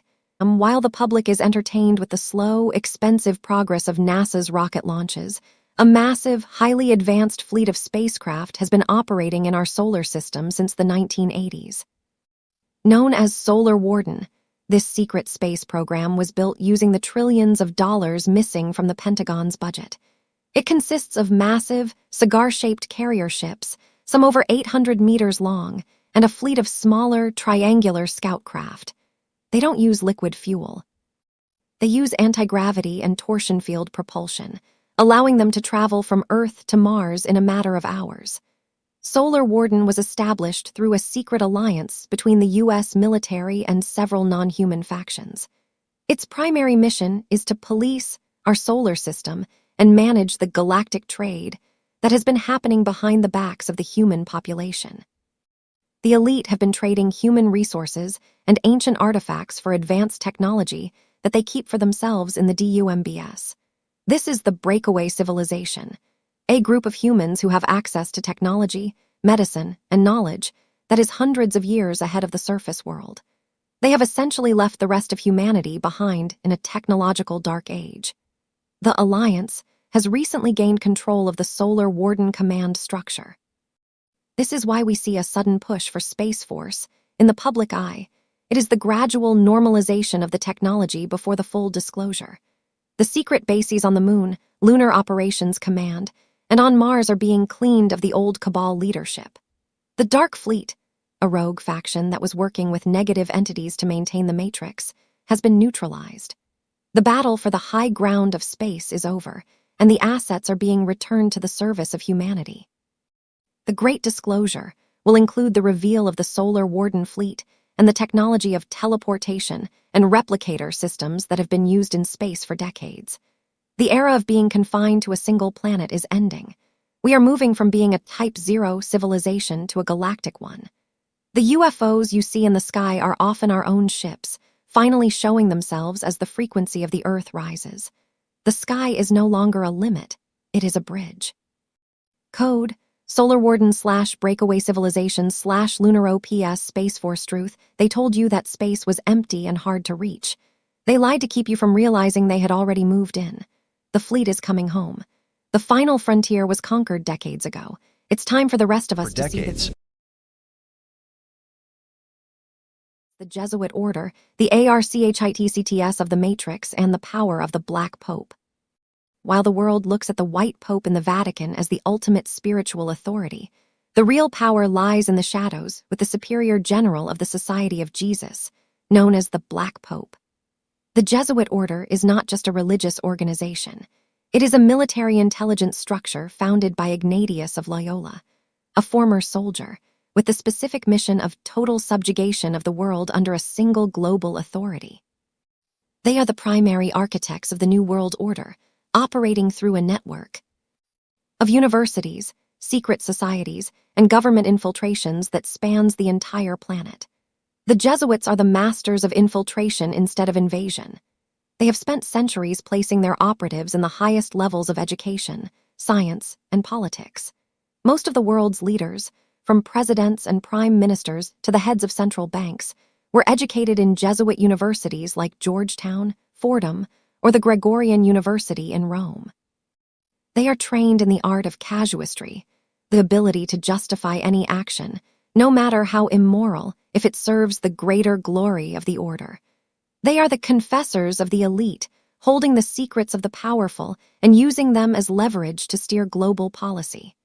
The Jesuit order controls the Vatican Intelligence Network, which is the oldest and most extensive in the world. They work in tandem with the Knights of Malta and the CIA, which was founded by Knights of Malta, to manage the global theater. They are the ones who perfected the Hegelian dialectic, creating the problem, managing the reaction, and providing the predetermined solution. Whether it's a revolution, a war, or a financial collapse, the Jesuits are the ones writing the script from the safety of their cloisters. They are the engineers of the mind, using their control over education to ensure that each generation is programmed with the correct version of history and science. The Alliance has revealed that the Jesuit Black Pope and the high-ranking members of the order are currently being neutralized. The secret oaths that bound the world's leaders to this military structure are being broken. The Vatican Bank, which served as the primary laundering facility for the order's global operations, has been taken over by the QFS. The era of the shadow priests, ruling through secrecy and psychological warfare, is ending. The black and white popes are both being removed from the board, and the spiritual sovereignty of humanity is being returned to the individual. The Matrix is losing its architects. Code Black Pope / Jesuit infiltration / Hegelian dialectic / Society of Jesus. They told you they were teachers and missionaries.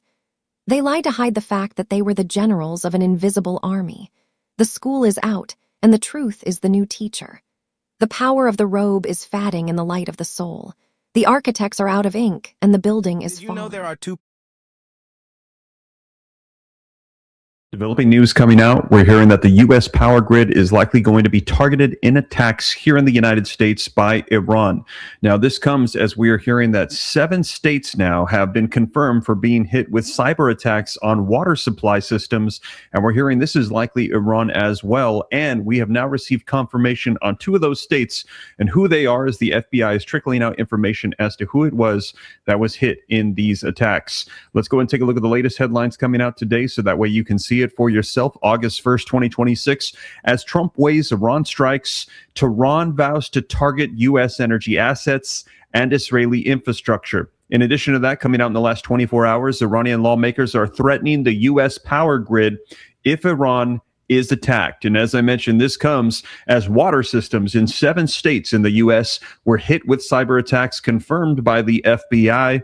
And Iranian hackers are suspected in these cyber attacks on U.S. water systems. Now, when this first initially came out, we had heard confirmation that Minnesota and Wisconsin were 2 of the 7 states. It has now been confirmed today that in addition to that, Michigan and Georgia are 2 other states. Now, we're waiting to get confirmation on the other 3 that we've heard initially have been hit in this 7-state attack. However, we're hearing the 5th likely one to be revealed is probably going to be California.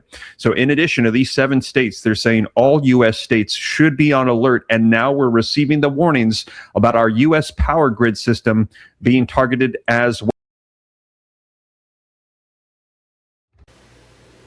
Trump activated Operation Iron Shield on Iran to neutralize all Iranian weapons facilities, eliminate all terrorist proxy networks, secure all evidence of deep state complicity, and prevent any retaliation. Gitmo tribunals have begun. Gold redistribution restores wealth to the people. Arrests skyrocket as the golden age unfolds.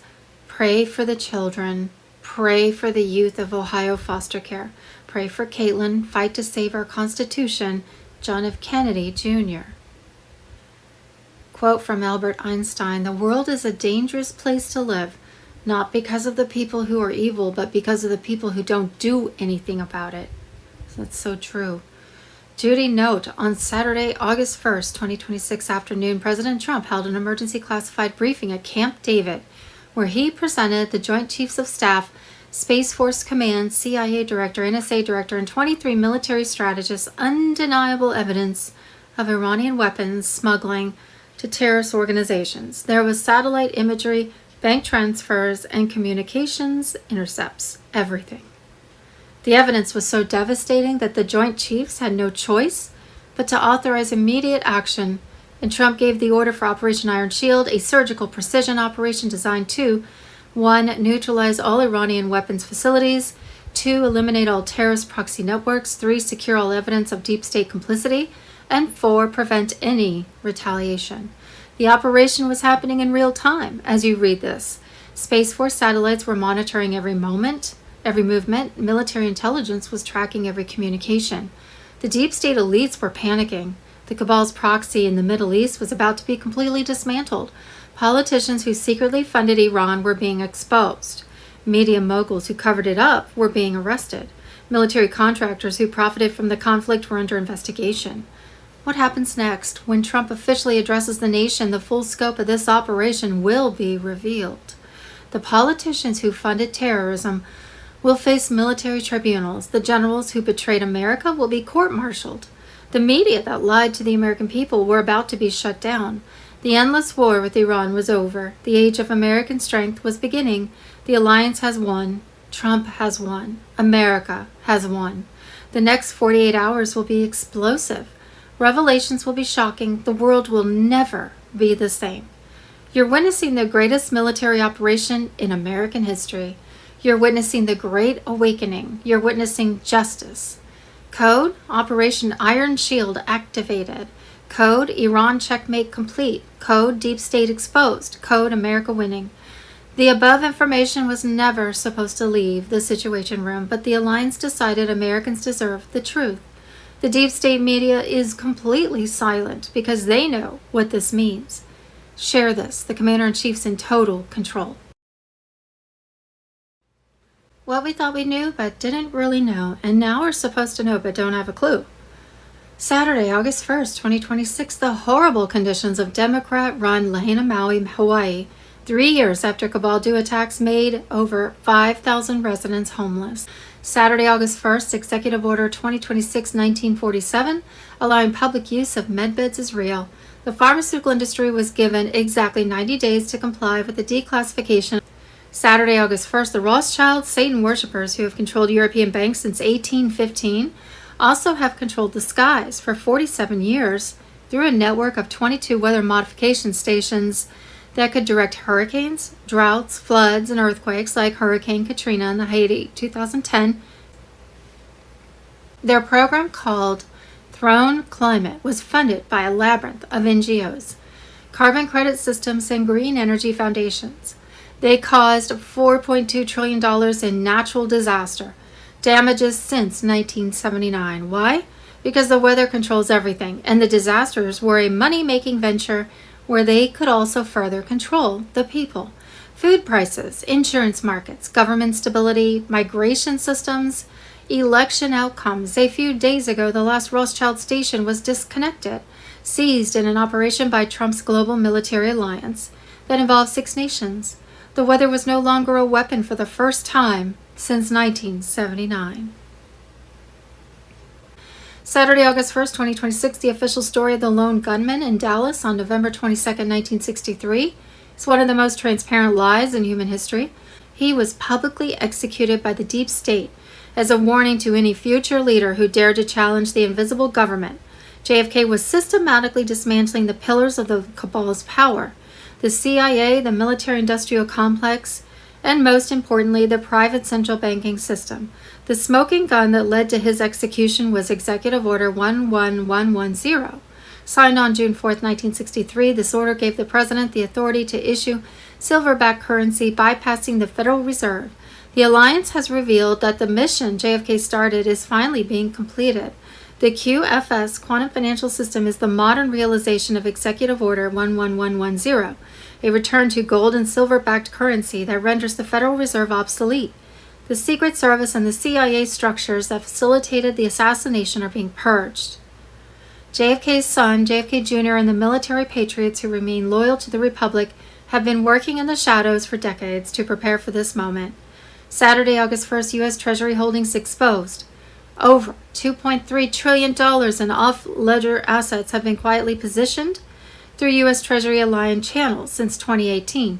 They were stored across strategic reserves in Texas, Nevada, Colorado, and Alaska. These assets were never recorded in public balance sheets, restructured under emergency authorization protocols.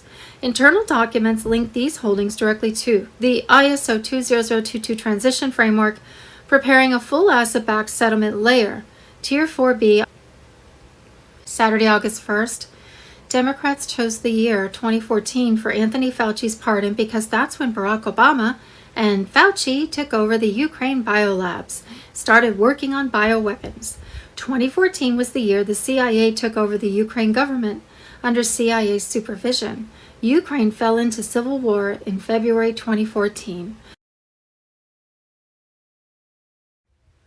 Global currency reset, Saturday, August 1st. Starting Thursday, August the 6th, initial redemption centers in the US and EU are expected to go live for private appointment scheduling.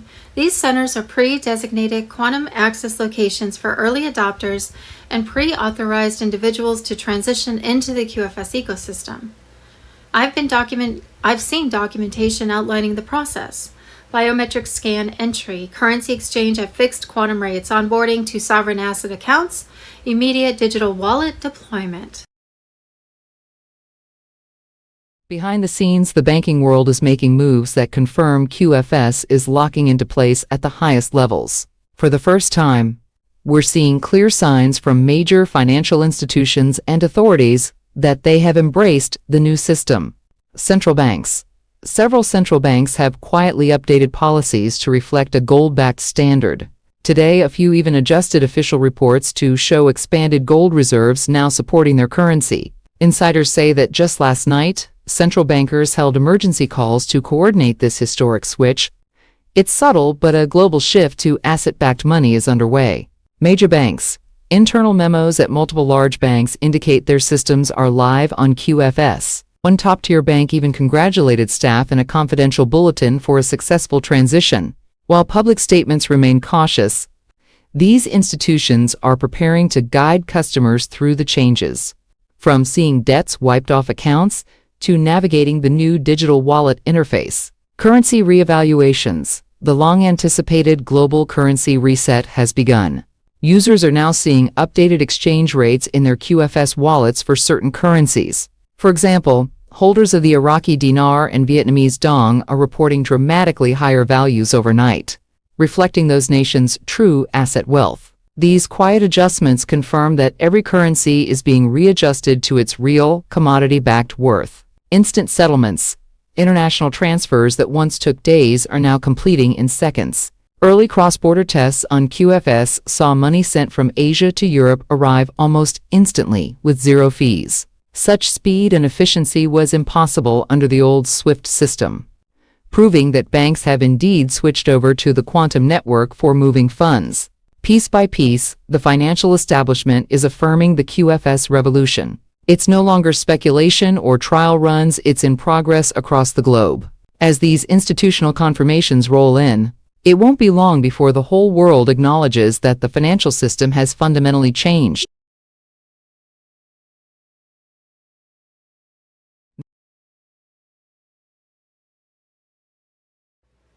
What we think we know as of Sunday, August 2nd, 2026.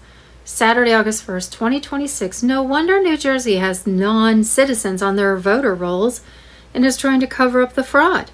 The New Jersey 2022 election for governor was won by Republican Chittarelli with 100% votes counted, then flips to the Democrat candidate overnight. Sounds familiar, just like the 2020 election.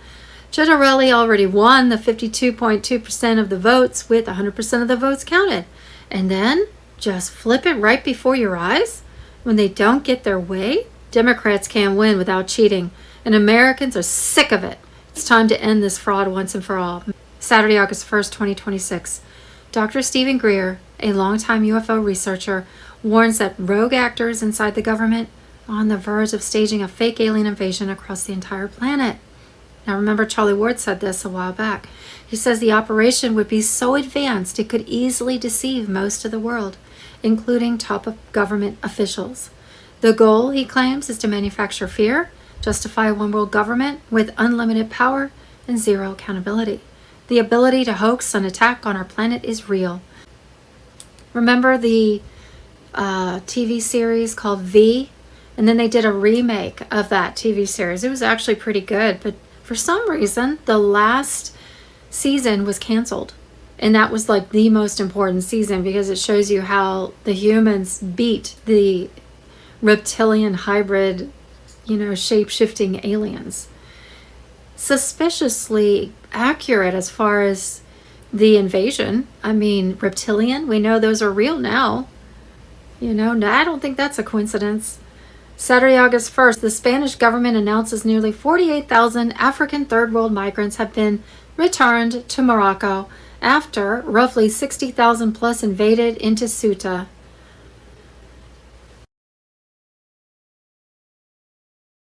The JFK assassination, Executive Order 11,110, and the War on the Federal Reserve. The official story of the lone gunman in Dallas on November is one of the most transparent lies in human history.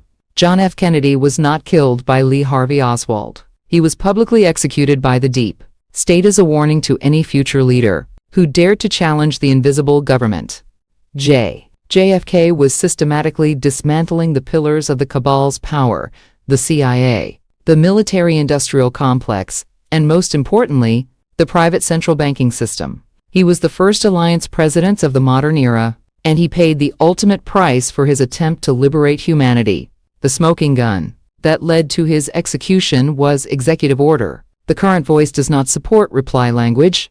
This order gave the president the authority to issue silver-backed currency, bypassing the Federal Reserve. JFK had already begun printing $4 billion in United States notes, money that belonged to the people, interest-free, backed by the silver and the Treasury. This was a direct death blow to the Rothschild-owned Federal Reserve. If JFK had lived, the debt slavery system would have been abolished in the 1960s. The bankers could not allow the printing press to be returned to the hands of the people. JFK also famously declared his intention to splinter the CIA into 1,000 pieces and scatter it into the winds. After the Bay of Pigs betrayal, he realized that the agency was not serving the United States, but was acting as the private army of the global elite. Just months before his death, he gave a chilling speech warning about a monolithic and ruthless conspiracy that relies on covert means for expanding its sphere of influence. He was talking about the 13 bloodlines and the secret societies that I have exposed in these files. He was breaking the code of silence. The alliance has revealed that the mission JFK started is finally being completed. The QFS quantum financial system is the modern realization of executives. Order 11,110. Return to gold and silver-backed currency that renders the Federal Reserve obsolete. The Secret Service and the CIA structures that facilitated the assassination are being purged. JFK's son, JFK Jr., and the military patriots, who remained loyal to the Republic, have been working in the shadows for decades to prepare for this moment. The truth about Dallas is the key that unlocks the door. His vision is finally becoming our reality. Code JFKAO11110. Silver certificates, CIA splinter, Alliance legacy. They told you it was a tragedy to keep you from noticing the CO has a way of coming back to life. The script they wrote in 1963 is being torn up. The era of the puppet presidents is over.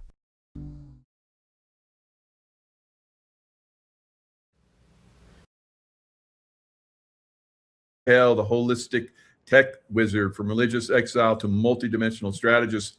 The last time he was on, he warned about the coming AI tech entry into our lives on a massive scale, and boom, here it is. And now he's going to tell us how to get out of it.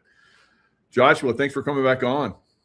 Thanks for having me, man. It wasn't that long ago that we last talked, but boy, has a lot changed. No kidding, no kidding. And you've broken free on many different levels. We're just talking about how your holistic group is, had a bunch of chickens. You guys, made available to everybody because you raised them, and you're taking care of business out there on your own. Tell us a little bit about what's been going on for you. Yeah, well, I spend my days like deep in AI and tech and building agents and doing incredible things. And then I clock off and I go outside and then like to get my hands in the dirt or something of the equivalent. Like I said, we just processed 83 meat birds on Saturday. Lots of challenges, and we raised those birds from baby chicks. Wow. Something I learned, like 80 baby chicks are really loud. Put them all together. But through that process, my mutual aid group, we were able to, pick a project, invest in it, and then see it through. And we did a phenomenal job working together when it was time to to process all those birds. And now we have birds in our freezers, and we know they led a happy life. We know what went in them. We know what didn't go in them. And the kids, they got to witness that whole process as well. So I think it's just really doing a lot of good on all fronts. Yeah, that's incredible. So, you're doing it on every single level. You're breaking free from the AI tech control system, building something outside of that, like with the chickens, and you're also doing it with tech. So you're very, very skilled in the tech business. You've broken free from that system. You're teaching other people how to break free, how to build their own businesses, free from the tech control system. So how's that going?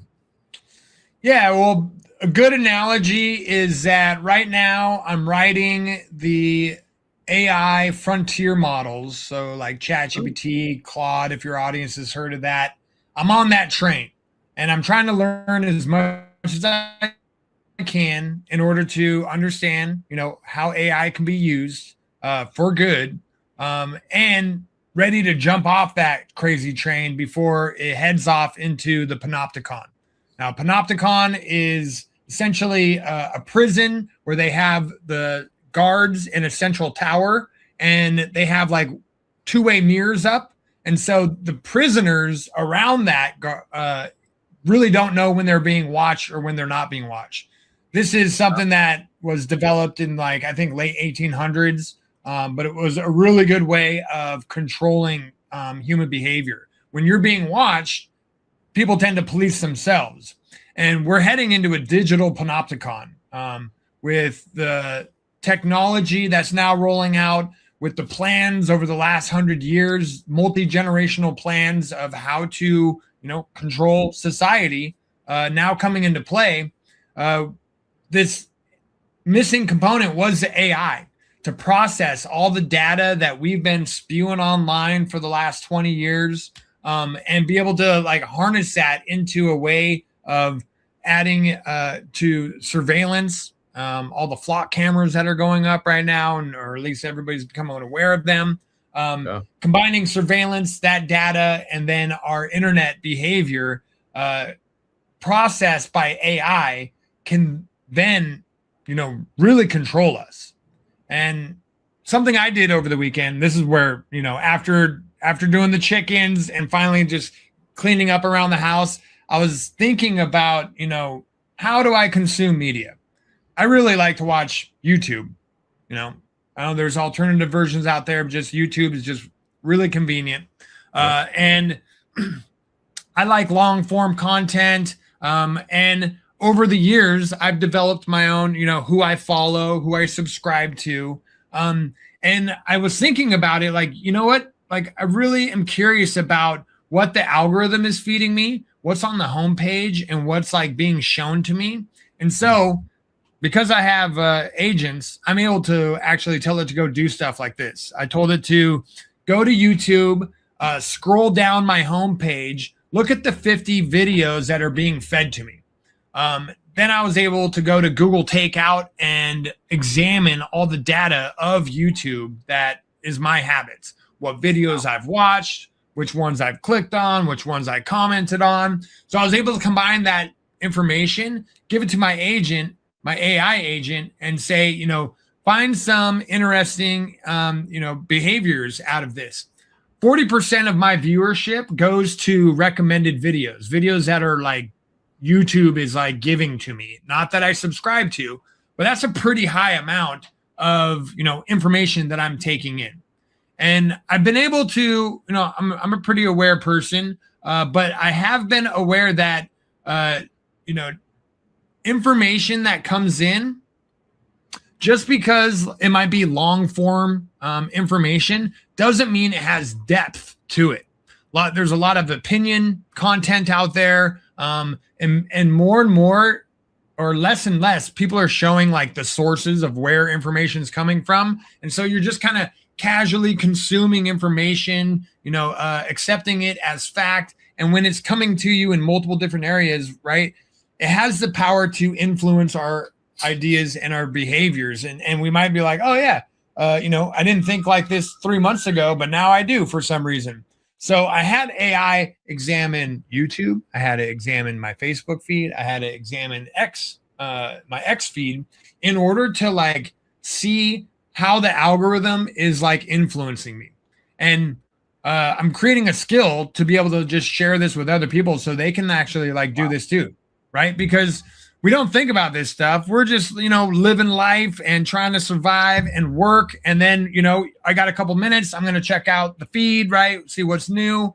And when you're down in it, you're just like, looking for stuff that's relevant, stuff that catches your eye. And so it's just really hard to like have that bird's eye view of like, what am I actually being fed?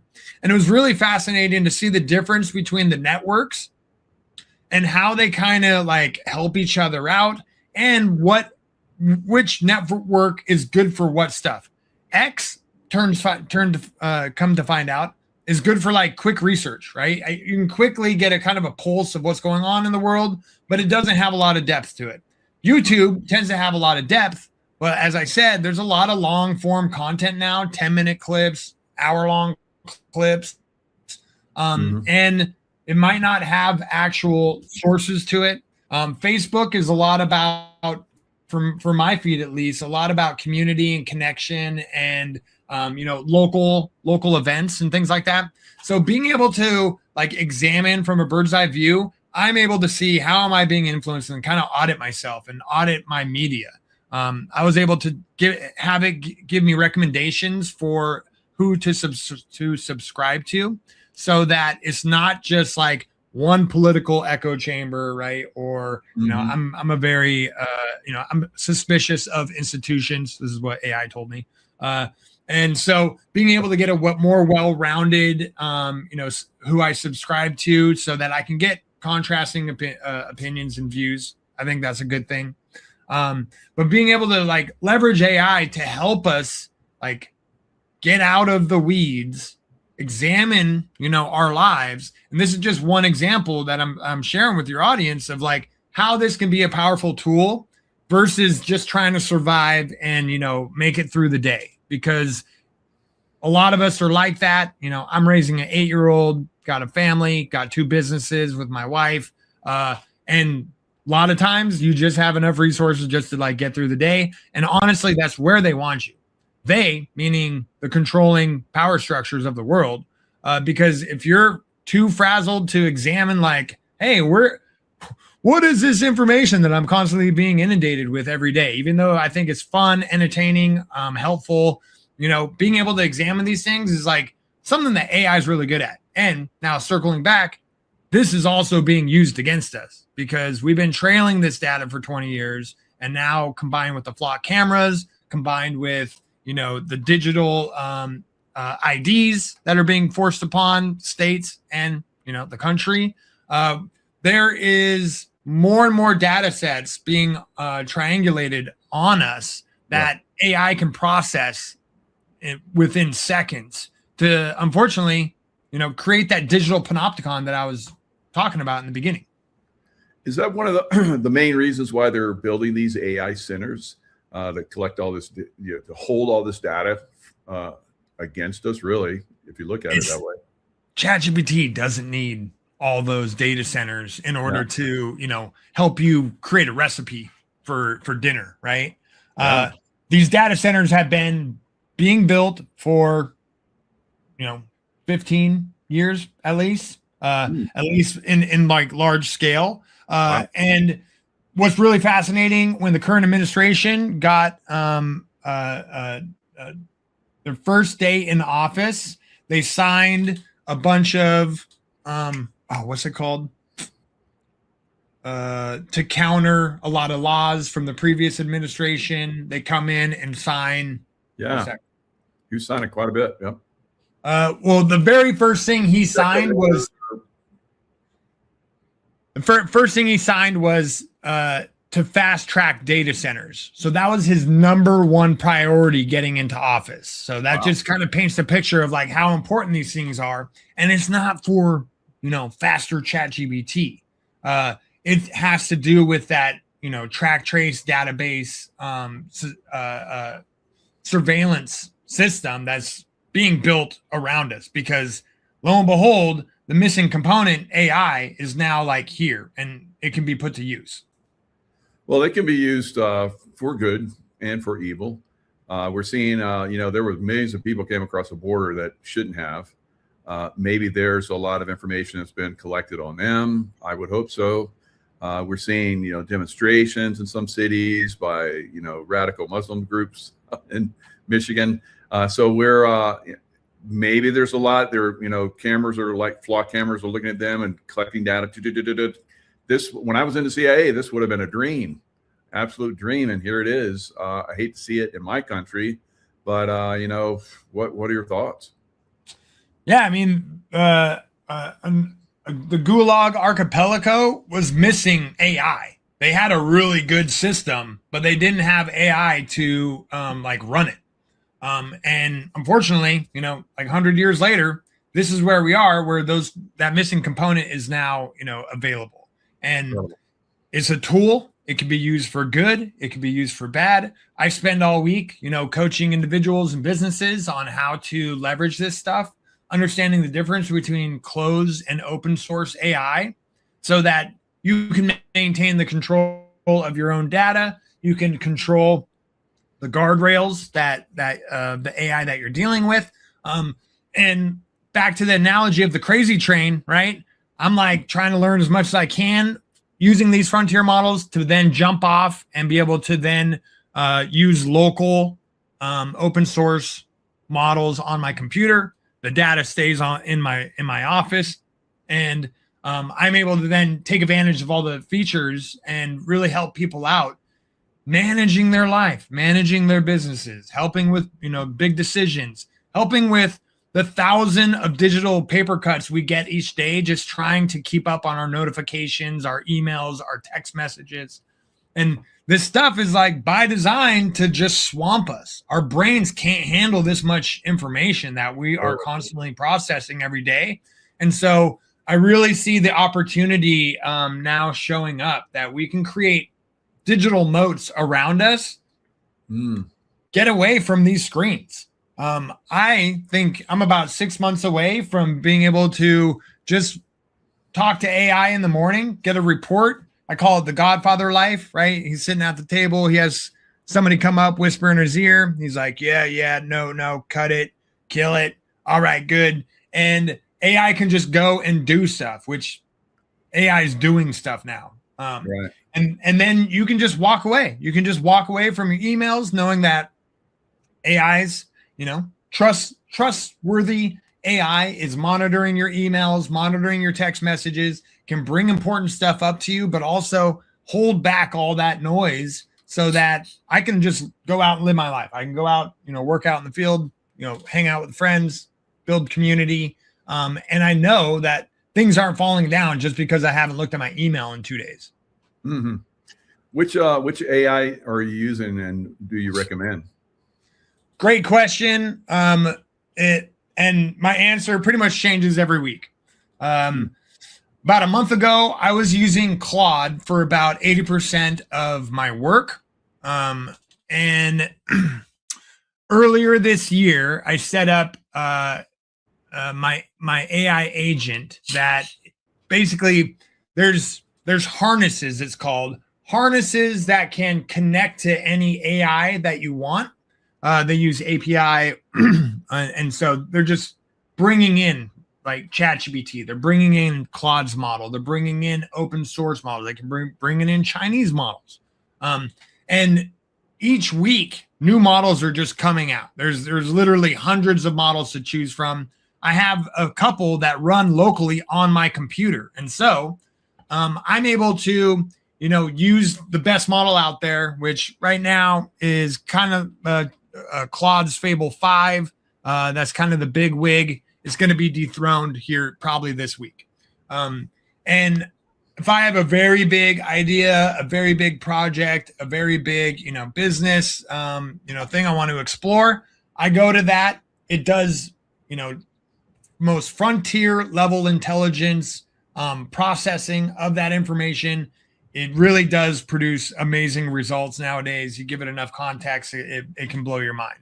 Then I can take the results of that and then bring it locally so that I got the plan.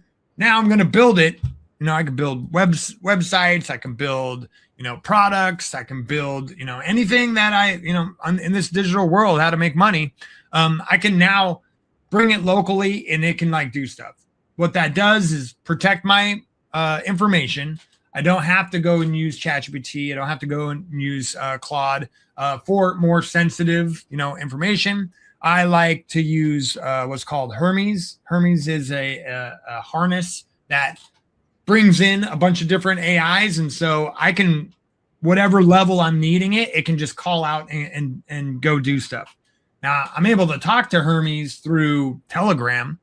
And that was a big breakthrough earlier this year, where instead of me needing to go to the browser to ChatGPT to be able to use that thing, I'm able to just, hop into my DMs and talk to it.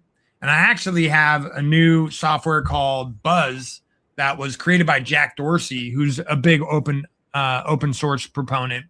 And I am now able to get multiple AI agents in there and get them to argue amongst themselves. So I say, I have this idea. What do you guys think about this? And they will argue amongst themselves and I can just wait for the result of all these different models arguing. That's a new level of like, power and intelligence. So 2 weeks ago, I was using Claude 80% of the time. ChatGPT 5.6 just came out right after that. And so that really shifted because it was a lot cheaper and a lot more proficient at doing kind of your like mundane office work tasks. So for the last 2 weeks, I've been using ChatGPT probably about 60% of the time. My local AI agent probably about 20% of the time. And honestly, Claude about like 10% of the time right now. Wow. I love that. One of your comments was digital paper cuts. So that's good. I love that. But you're doing what I did in the CIA. We changed our routes, we changed our methods, we changed the way we look, we changed our cars, and you're kind of doing that with AI. You're switching your AI around so they can't keep track of you. I like that. That's very clever. Yeah, and ultimately, like the battlefield that we are on is really against open source versus closed source. And I'll explain what that is. It's pretty simple. Closed source is basically, these frontier models, Claude, ChatGPT, which ChatGPT started off as kind of an open source, open AI, but they definitely didn't go that route.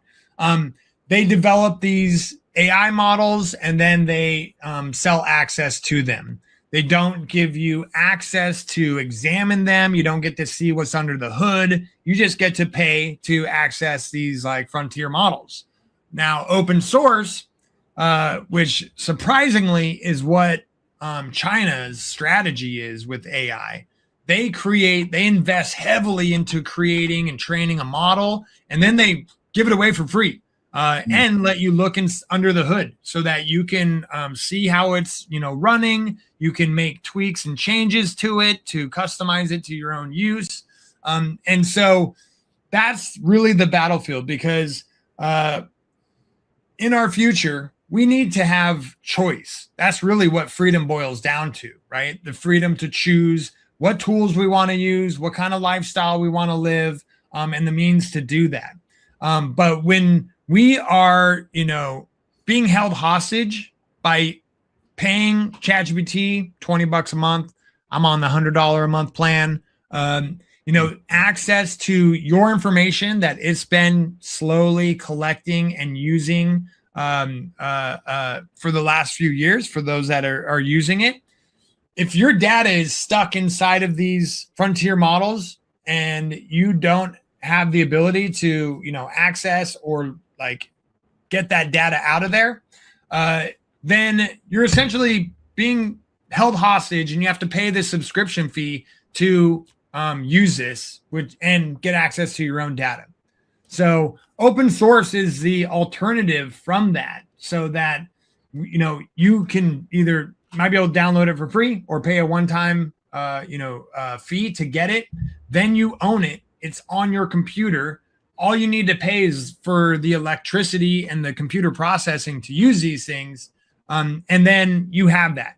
And I think the real only way through this, getting out of the digital panopticon ahead of us is by having our own open source AI models that have our back, basically like Jarvis from, Iron Man, something that knows us well, that can protect our privacy and our sensitive information, but also can help out with the landscape of manipulation that's out there. Because now that AI is here, it's out in the wild. Big governments are using it, big corporations are using it, and it's now being used against us, using our own data against us. It's going to be so subtle in the amount of manipulation that to change your, opinions and behavior. And, big tech has been doing this for 100 years. It's called cybernetics. They developed this in the 30s from the Macy conventions of how man interacts with machine. They've figured this stuff out, and they've been slowly rolling out tech in order to do that. And if you look back on the last 20 years, the invention of social media, it doesn't have to be this way, but it's there in order to, get a reaction out of us, in order to maximize our attention and our time spent on these networks. Google Maps, right, is tracking everything. It's making suggestions. It's feeding us ads. All this stuff is designed based off of cybernetics so that we can slowly get closer and closer into like interfacing with these machines. And so knowing this, we need to have, an AI, a Jarvis that has our back, that can look for these subtle manipulations, just like, how I'm now analyzing my YouTube feed and my Facebook feed and my X feed, right? So like, oh, I have context, and like, oh, that post right there is that thing that it just told me about. I can then, have a deeper understanding of the world that I'm coming in contact with. And, all of us are more and more online, more every day. So having something to help watch our back, I think, is the only way through, because it's looking pretty bleak out there.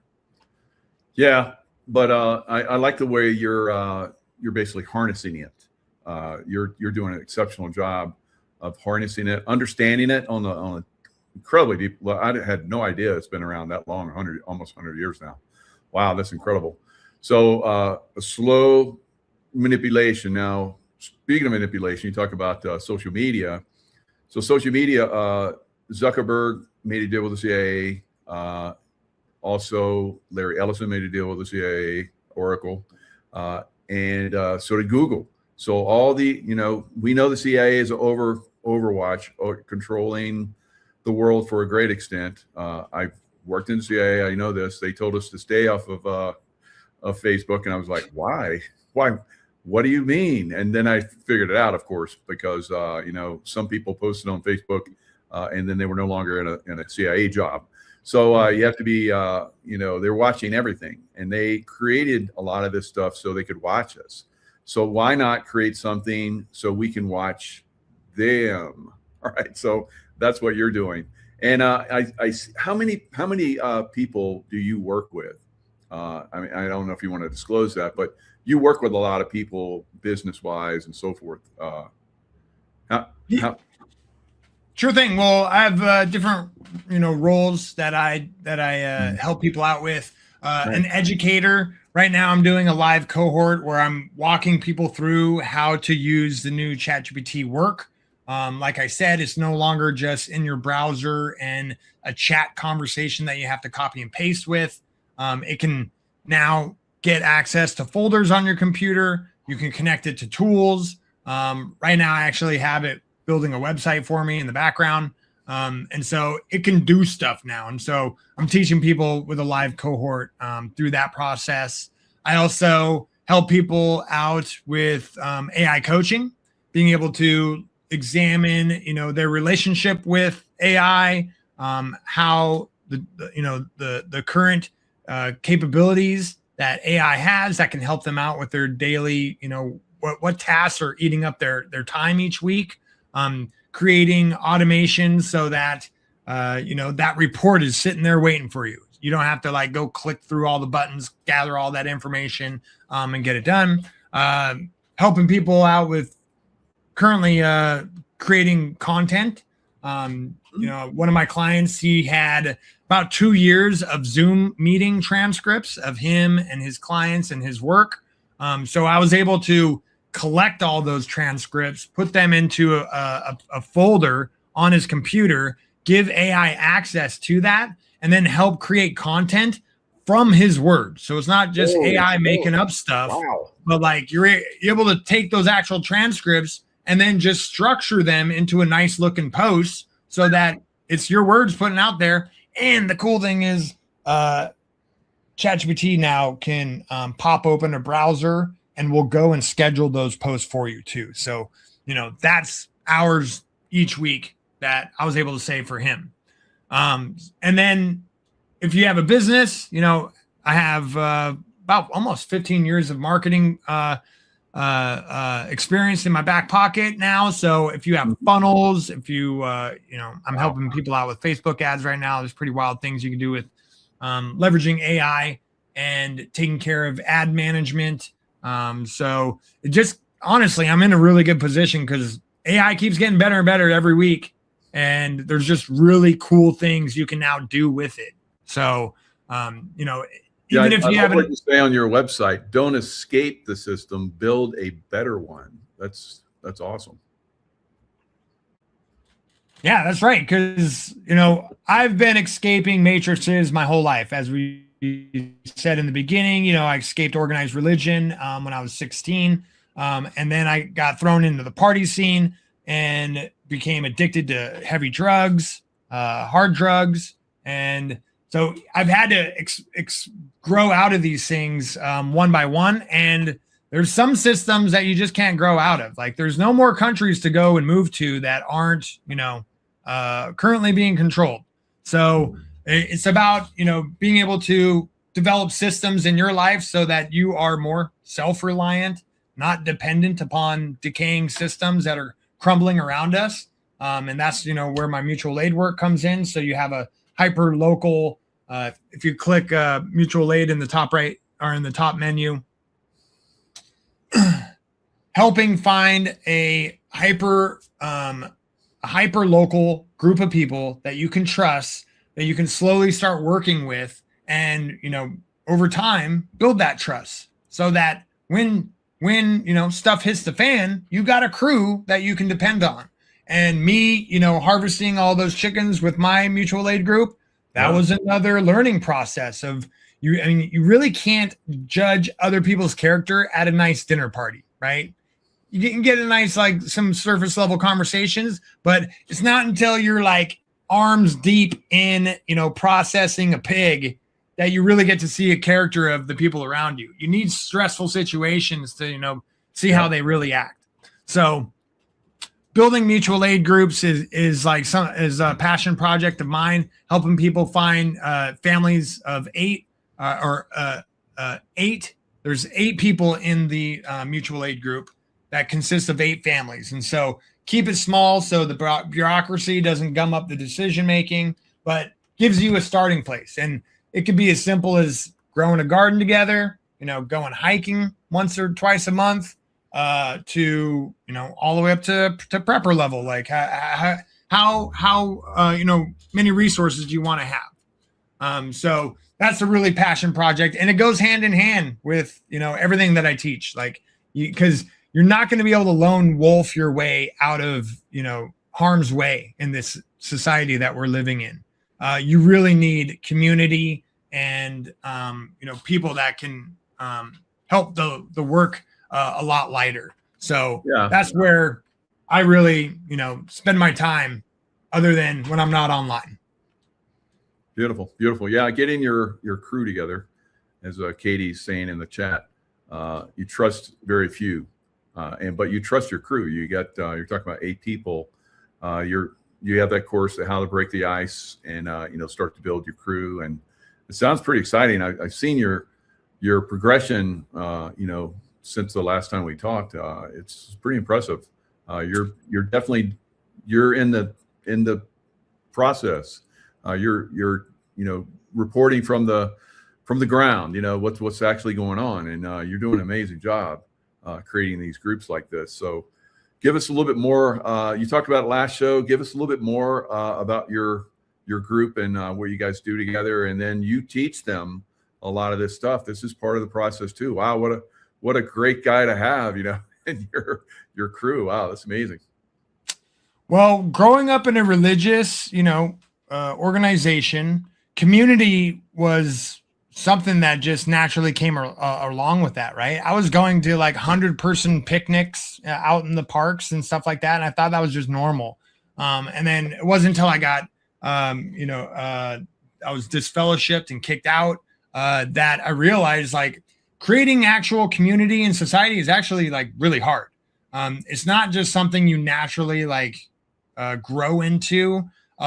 There's a lot of individualization taking place in society, to where this lone wolf mentality of we got to take care of our own family. We look out for ourselves.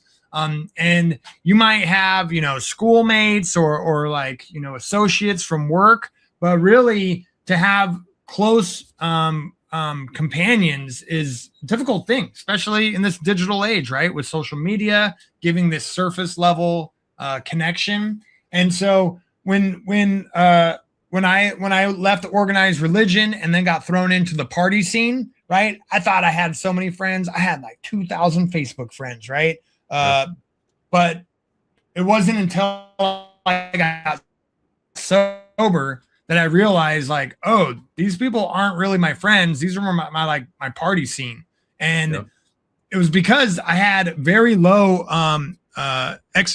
expectations to be my friend, right? If you smoke marijuana, guess what? I do too. We're best friends. Like, that was literally like the only requirement to be my friend, right? You party, me too. Great. We're besties. But that brought a lot of chaos and a lot of corruption into my life, because I didn't have, strong values and principles to live my life off of.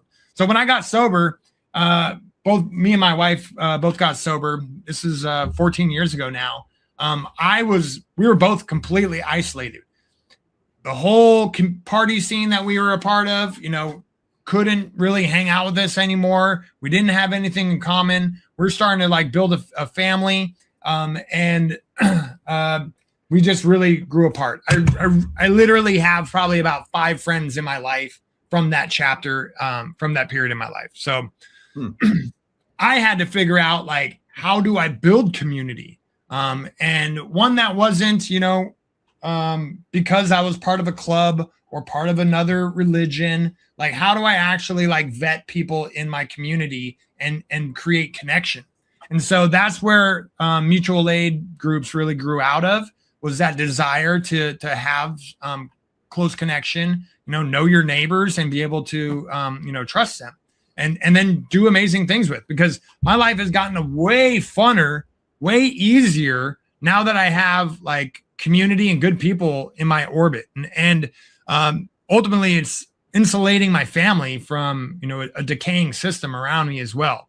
So I first came up with the idea of creating skill shares and, trying to draw a crowd to learn new skills, and then trying to do volunteer work together. That was my early mutual aid group efforts. I put a lot of effort into that, 2 years of doing those skill shares with a couple of select close friends of mine. Didn't really amount to any movement or anything, actually. Then really experience isolation and the damage isolation can do. But then through that, difficult period, I then found other people that were questioning things, and I'm sure this is a really common story with your audience. Definitely. Should the government have the authority to be able to just shut everything down overnight? And so kind of found a, new group of people in my area that had the, the awareness to ask questions. We were doing something very rebellious, and it was really powerful to get people together, share meals, and just experience that connection, in that dark period. And so that was when I ended up coming across a guy, one of my mentors. His name is Stefan Verstappen. He's a martial arts instructor, traveled the world his whole life, lived in every type of intentional community. And he was writing a book called The Ultimate Guide to Intentional Communities.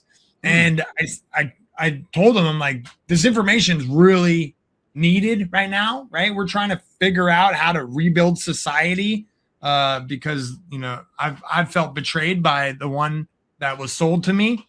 And he then ghosted me for about 6 months because I said, hey, you should really, build a course and put that book inside the course. Yeah. He came back around about 6 months. He kind of vetted me, saw that I knew how to make courses, and took that into account and said, all right, let's build that course.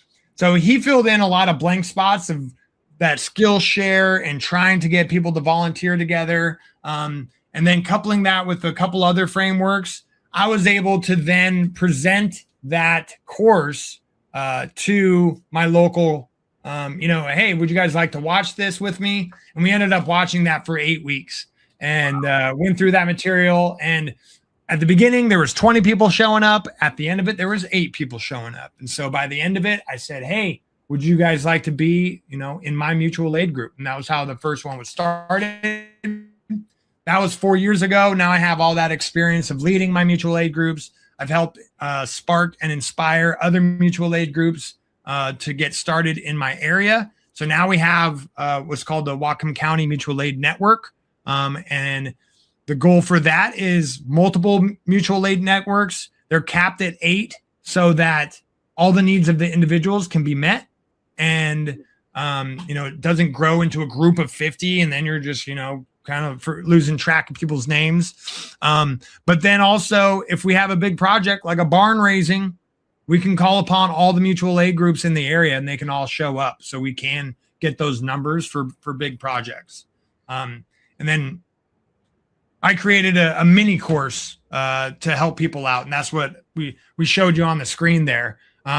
Taking my experience from the last 4 years, I created a bunch of templates, bunch of, how to find people, resources, how to vet people, resources, what questions to ask.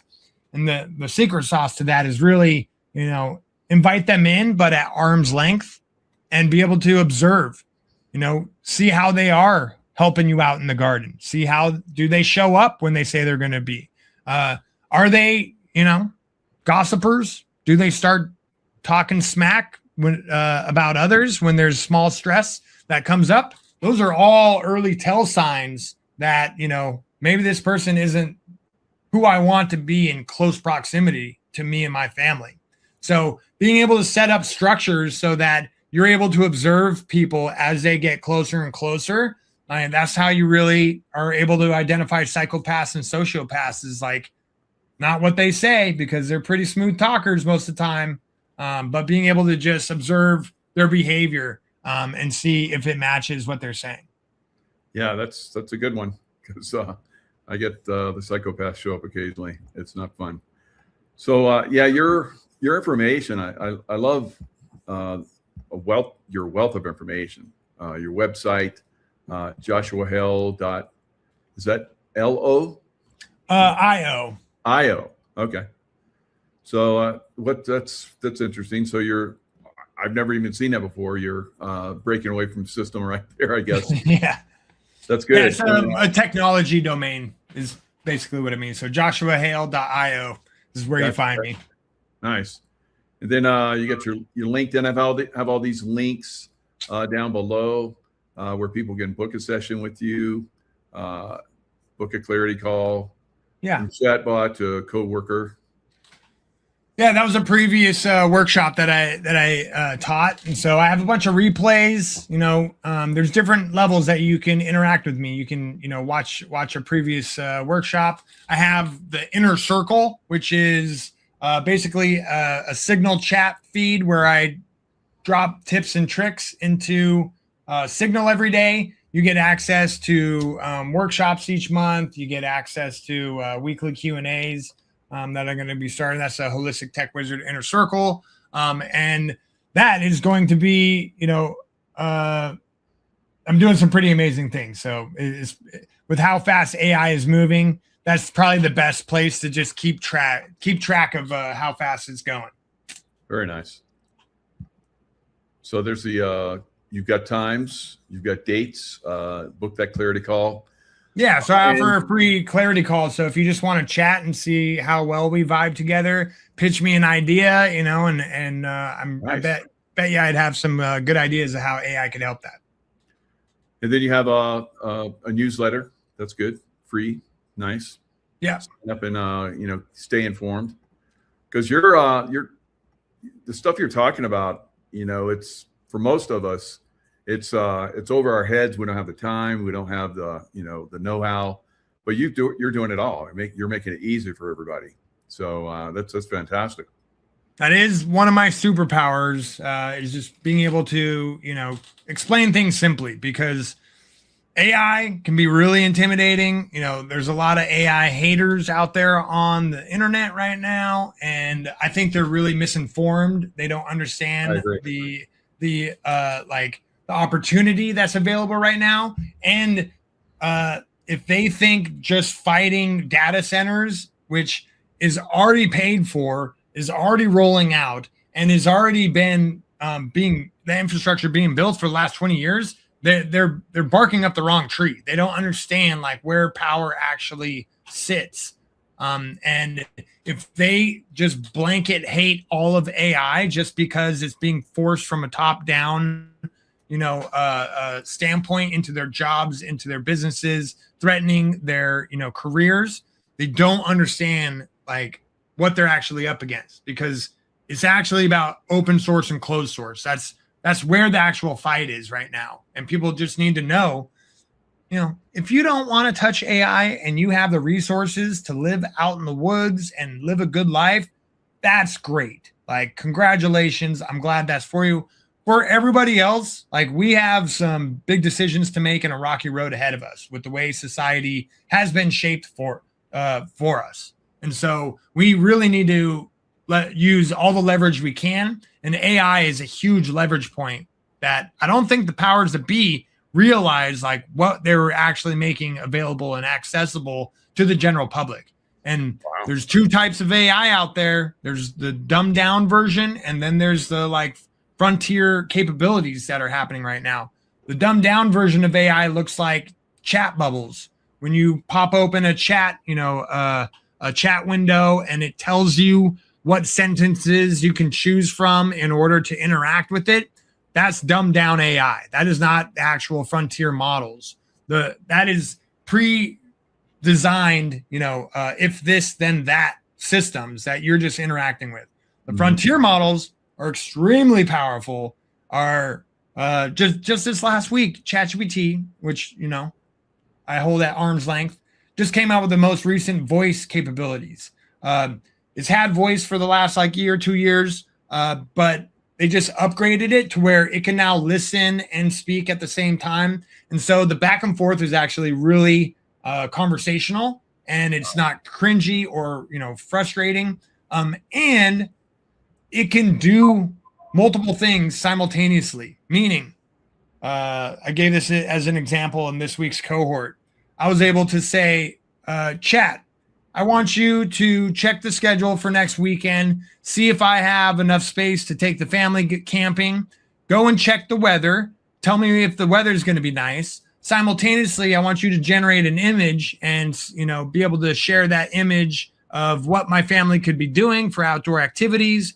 And then I want you to also spin up a website so that I can share, our upcoming summer schedule with my family. And it will simultaneously open up 5 chat windows now, get each of those tasks going while you can still talk to it and keep brainstorming. So as I said, AI can now do stuff. It can go and look at your calendar. It can look at your emails. It can look at, things that you've given access to, and it can take a lot of the busy work, all that, research of trying to find a good Airbnb to figure out your vacation. My wife would spend 2 hours doing that stuff. It can now just get that done in 10 minutes while you're, doing something else. That's why I have a website that is just got done being built in the background while I'm in the podcast, right? People don't understand for how we've been using technology has intentionally been designed to be overwhelming, and we can't take any more information each day. Everybody's at their wit's end with how much information we're processing online. And so I think the only way through this is to understand AI can be used for good.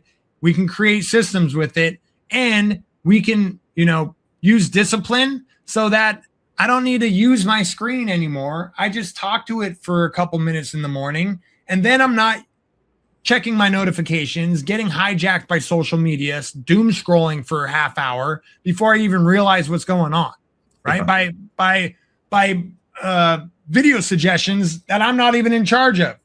So these things really help us keep a digital moat around us, like I said, to where we can get a lot more done and go live our life, figure out our revenue streams, figure out what you're passionate about, brings you purpose, how you can bring value into the world, create revenue doing that, and then we can, enjoy our lives and our family.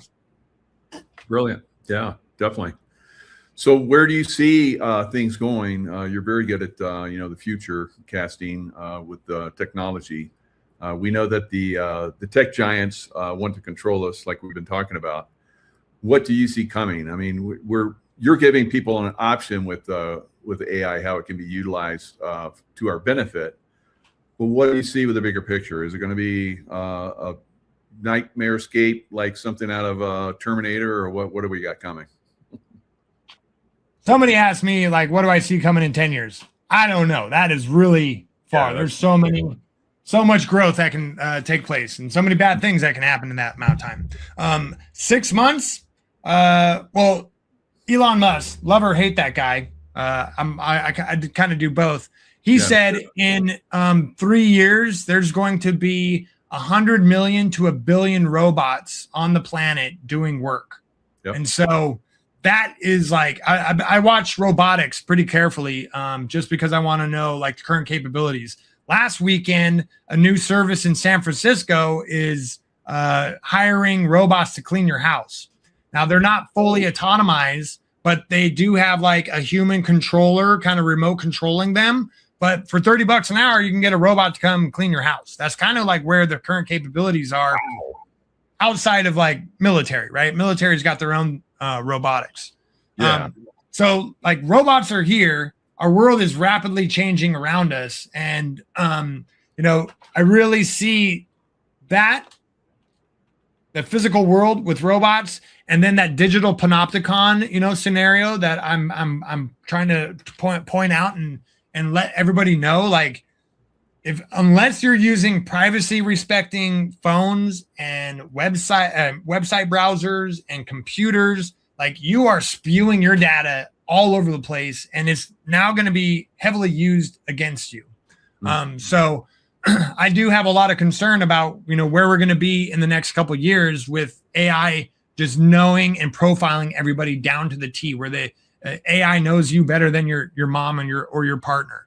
And like what that can do, because there is, it's called AI slop, but essentially even that term is being outdated because video generation, music generation, like all this media capabilities is like pretty indistinguishable now, image generation, from real life. And so you can't trust anything that's on your feed anymore. You really don't know if it's real or if it's not real. And so being able to know the difference between like what's online and then what's in the real world, I think is going to be pivotal, because the more people are addicted to video games, the more people are dependent upon, corporate news, even independent news, which isn't alternative media. Even those are highly controlled environments. And so if your only intake of information is like from these controlled areas, and you're not, going outside, getting in nature, connecting with community. I run a men's circle every 2 weeks around my fireplace. We get together, we smoke cigars, and we talk. We talk about things we can't talk about online because there's a lot of, a minefield out there that you can get in trouble with. But we're able to actually share information unfiltered, uncensored, and having those systems in your life where you're able to actually go out into the real world, connect with real people, connect with like-minded people, work on projects together, get things accomplished. Like, that's real. This right here, this is digital, and digital can easily be replicated and fake. And so the more separation you can create between the two of them, I think is going to be able to, bring more, happiness, joy, and security into your life, because we really don't know what online, activity is going to look like in 3 years. This stuff is moving so incredibly fast. Each week, like a new model is coming out. The models are now training themselves. This is a good fact for your audience to know. This just came out in the last two models that Claude and ChatGPT released. That over the weekend, 2 weeks ago, ChatGPT released 5.6. Over the weekend, 2 weeks later, they just announced that they're slashing their prices of how much it costs to use these AI by 80% because they got the model to improve itself. Wow. And found all these efficiencies to improve. And so it just went down 80%. Because I have somebody else that's, really watching this, and a lot of people are like concerned that AI is going to replace them. Well, a lot of people were hired back because AI was so expensive. So what do you think? What do you think about that? It looks like AI is trying to cut the cost so they can stay relevant. I really think, well, there's two things. One, over the last 20 years in corporate America, there has been a lot of bloat and a lot of profit being made. And to justify those profits, they have to put a lot of people to work. And so I think there was a lot of unnecessary jobs, right? Think of the show Office, people just there doing meaningless stuff. Everybody is trying not to outdo each other, because if you start, outperforming your fellow coworkers, then they don't like you because you're showing how inefficient they are. And so there is a attitude and environment of just like, okay, the bare minimum to get my paycheck, right? And I think that's been going on for decades and has created a lot of bloat and inefficiencies in businesses. Now comes AI. AI can do a lot of these small, repetitive tasks. Not so good 2 years ago. Now they can do them pretty dang good. And the real force multiplier is that one person leveraging AI that knows how to use it can do the job of 5 other people. And so you're not necessarily going to have a robot replacing you, from your job, this year, next year, but you are going to be having people that are proficient, experts in their field that know how to use AI and can do circles around you because they're building websites while you're talking to them around the water cooler, right? So I think that's one of the first things that's going to, be a real shock to the work system. Then there is robots, like we just said, like they are being built, they're being developed, and we're now crossing a point, like I said, with 80% efficiency costs just dropped in 2 weeks. These AI models are now training themselves, and so we're now entering into a phase. It's called recursory training, where the model is going to train itself. And this is where the hockey puck shoots up, is because now the AI has the capability to train itself. It's going to really improve quickly. So if you thought AI was moving fast the last year, 2 years, what's going to happen in the next 3 months is going to be untrackable, because we really can't fathom how quickly this is going to progress. And so that's where what I tell everybody, just learn what it can do right now. Look at your life, find out ways that you can improve what's going on with your work, with your job, with your business, with your life. Create these systems, because there is a big opportunity right now to get these things in motion. Because if you ignore this, if you're in the AI hater crowd and you choose to stay ignorant, be out of hatred, you are not going to recognize the society that is being built around you rapidly in the next couple of years. Yeah. Wow.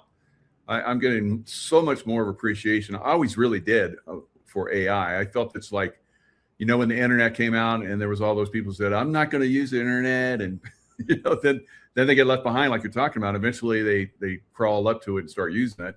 But they're way behind. So this is the moment to not discount it and get involved. Wow.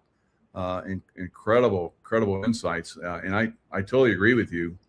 I'm going to have to book a session with you and, see where I can go with this. This is fantastic. I love what you're putting out there, and I want to be on the cutting edge. I don't want to get left behind. So you're right. Those people that are, still thinking that this isn't, because look at all the robotics that have been out there for decades, in manufacturing. Look at all the cars. You see the cars going through, and it's like robotics. They've been showing that for decades now. It's not anything new. It's just going to another level where, the Jetsons maid is going to come in and start cleaning your house, so it's, we're there. Finally, we've been saying, where's all this stuff? Here it is. AI is bringing it into fruition. Yeah. And the robot angle, I was like, oh no, I'm not going to even have a robot. No way. But to then, try and garden and grow enough food for your family and realize how much work is needed out in the field to actually feed yourself. We're nowhere close to being able to grow. We have 10 acres and 2 gardens, and we're nowhere close to being able to feed our family for the winter. Right. But to think that you can buy a robot for 30 grand and it's going to work every day out in the field to grow your family food. That's pretty tempting, right? To actually have some capabilities to actually live off grid. I'm open to it. So long as, like I said, it's running open source software, I get control of the data, and we're not on a subscription model for that thing. Yeah, that's beautiful. And summer, spring, summer, fall, a little bit of fall. You got an outdoor garden, and then you have indoor. You have a greenhouse, and your robot works the greenhouse, and maybe you have fish pond or whatever. Those ones, just like these things, and they just water. That's part of the AI that can be built around that, and then you get a robot thrown in there. Wow, you won't have to worry about food again. So that's brilliant. It's pretty exciting times. Everybody better buckle up. I agree. And tell us again your website. You can go to Joshua Hale, JOSHUAHALE.io, and love to just have a conversation with you. I'm sure you have I look forward to meeting your audience. You can jump on my newsletter where I talk about homesteading and high tech stuff, and then be able to jump on one of my courses if you want to learn something. Yeah, fantastic.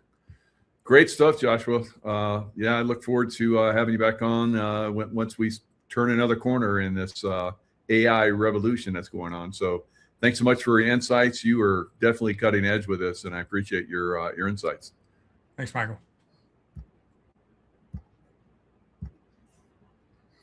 President Trump has dissolved the privately owned U.S. Incorporated, while he has returned to America, common law sovereignty under concepts of the original Constitution.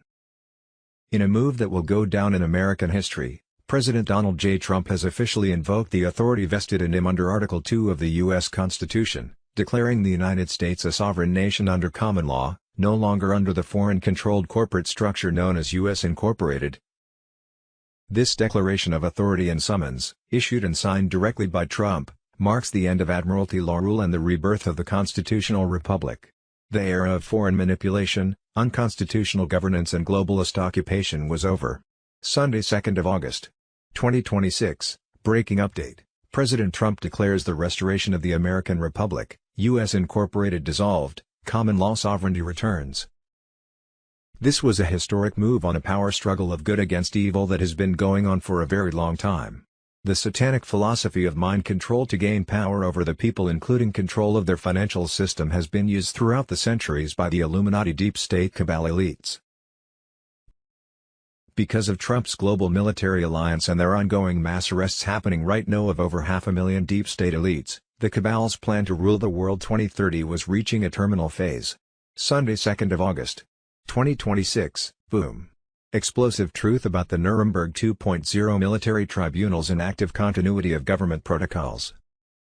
This fall of the cabal has been greatly helped along with Trump's July 2026 implementation of the global currency reset of 209 nations. It put world currencies at a one-to-one with each other and returned the people's monies back for use of the people rather than the cabal. Sunday, 2nd of August, 2026, bombshell exclusive. Q drop 3565 decoded. It's going to be biblical, the Vatican, the secret network, and the truth about those you were taught to trust the most.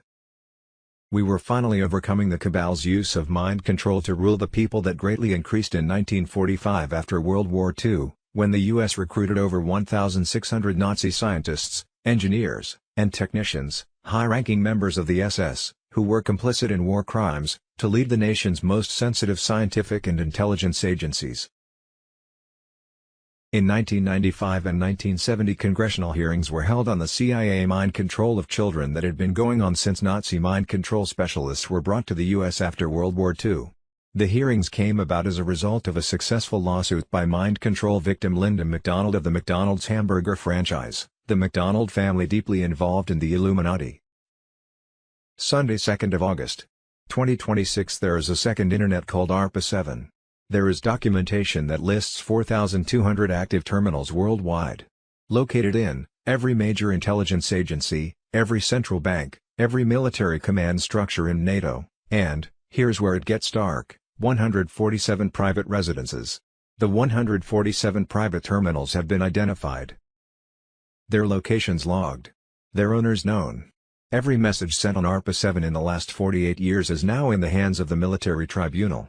They built a private internet to plan the enslavement of the world. They forgot that every network, no matter how secret, leaves a trace when you have quantum decryption. The second internet just became the largest crime scene in human history. See Sunday, 2nd of August, 2026. The Superior General of the Society of Jesus, known as the Black Pope, and his Jesuit order is a military intelligence structure with a mission to subjugate peoples of the world to the New World Order, Mr. Kidpool on Telegram. They operate through a network of universities, secret societies, and government infiltration that spans the planet. They have spent centuries placing their operatives in the highest levels of education, science, and politics. Most of the world's leaders, from presidents and prime ministers to the heads of central banks, were educated in Jesuit universities, where they are trained in the ability to justify any action, no matter how immoral, if it serves the greater glory of the order. They work in tandem with the Knights of Malta and the CIA, which was founded by Knights of Malta, to manage the global theater. They use their control over education to ensure that each generation is programmed with the correct version of history and science. The alliance has revealed that the Jesuit Black Pope and the high-ranking members of the order are currently being neutralized. The secret oaths that bound the world's leaders to this military structure are being broken.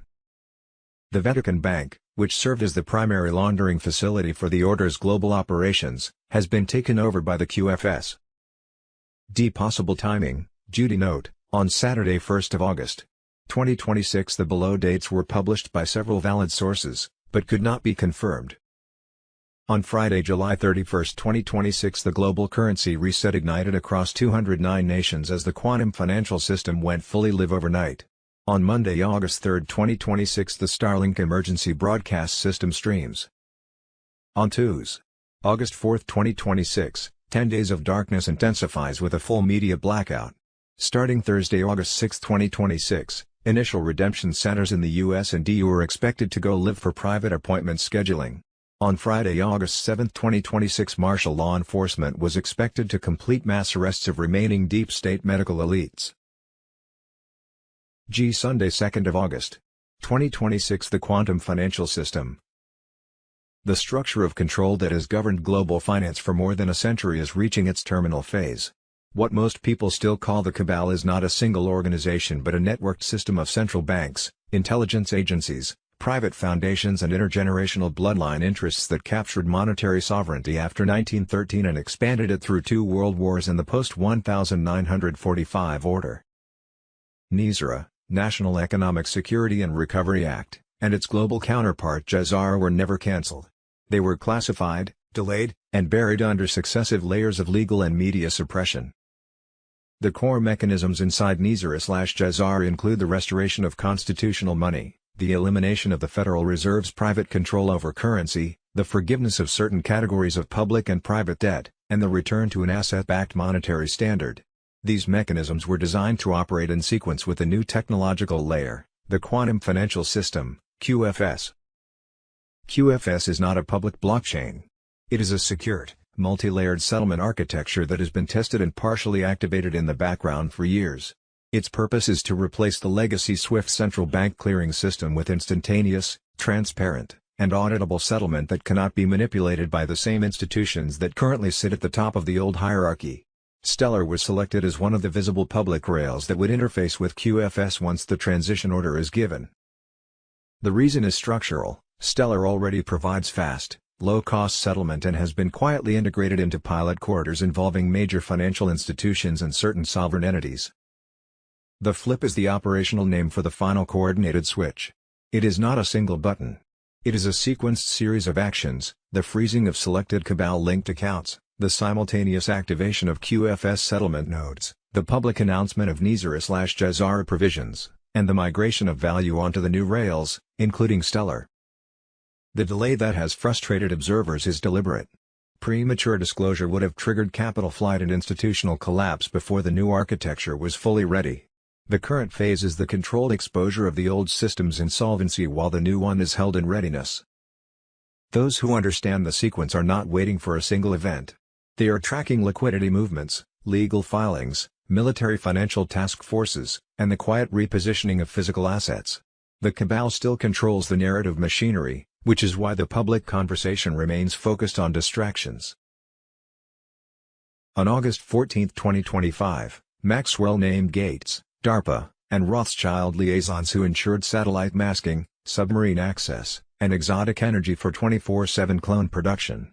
Project Genesis began in 2003 after a Bohemian Grove meeting with Gates, Epstein, and Bilderberg agents. The goal: replace natural humans with lab-grown, spiritually dead, programmable entities. It consists of massive, cigar-shaped carrier ships, some over 800 meters long, and a fleet of smaller, triangular scout craft. They don't use liquid fuel, they use anti-gravity and torsion field propulsion, allowing them to travel from Earth to Mars in a matter of hours. Solar Warden was established through a secret alliance between the U.S. military and several non-human factions. Its primary mission is to police our solar system and manage the galactic trade that has been happening behind the backs of the human population.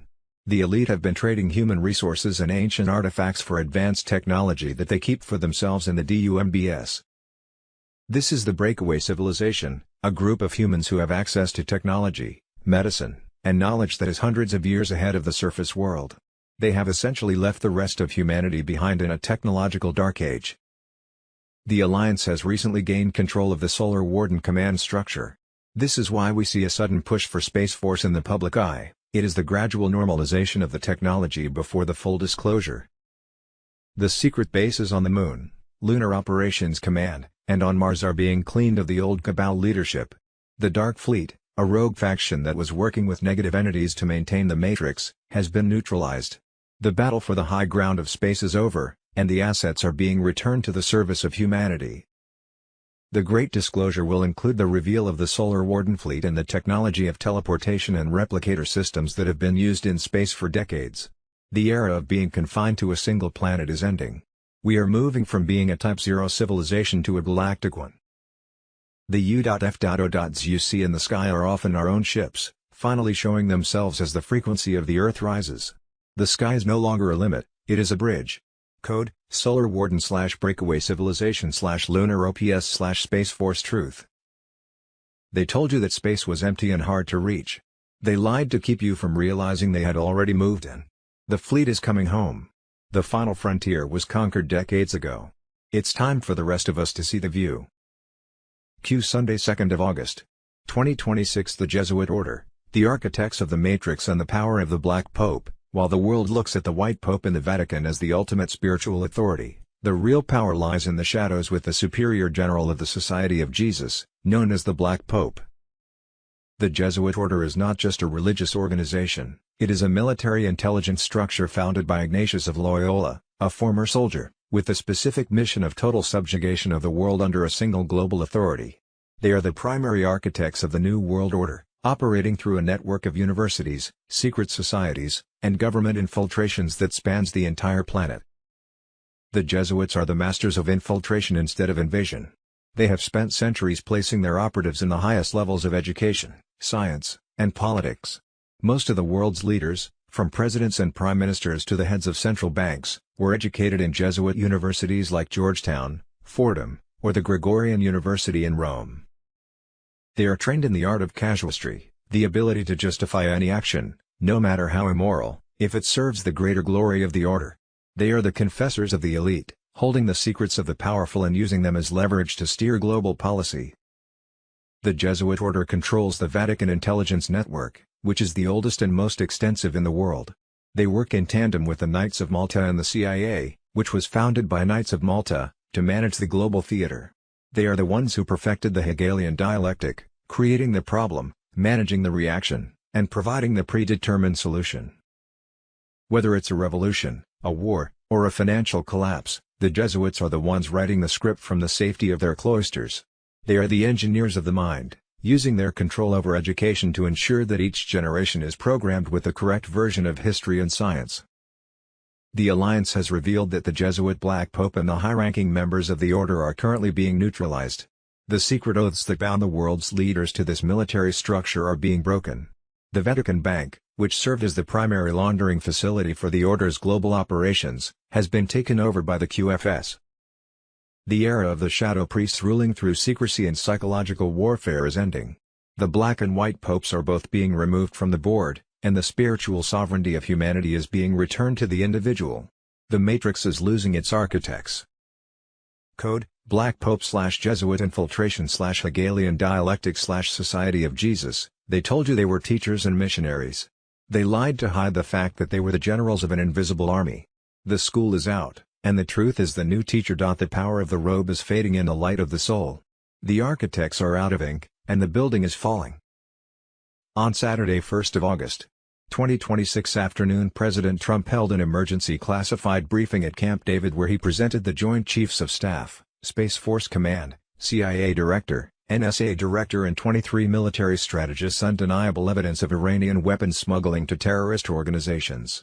There was satellite imagery, bank transfers and communications intercepts. Everything. The operation was happening in real time as you read this. Space Force satellites were monitoring every movement. Military intelligence was tracking every communication. The deep state elites were panicking. The cabal's proxy in the Middle East was about to be completely dismantled. Politicians who secretly funded Iran were being exposed. Media moguls who covered it up were being arrested. Military contractors who profited from the conflict were under investigation. What happens next?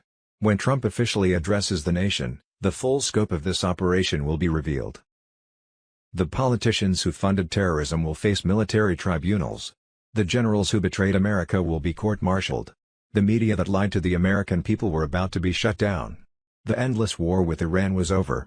The age of American strength was beginning. The alliance has won. Trump has won. America has won. The next 48 hours will be explosive. Revelations will be shocking. The world will never be the same. You are witnessing the greatest military operation in American history. You're witnessing the Great Awakening. You're witnessing justice.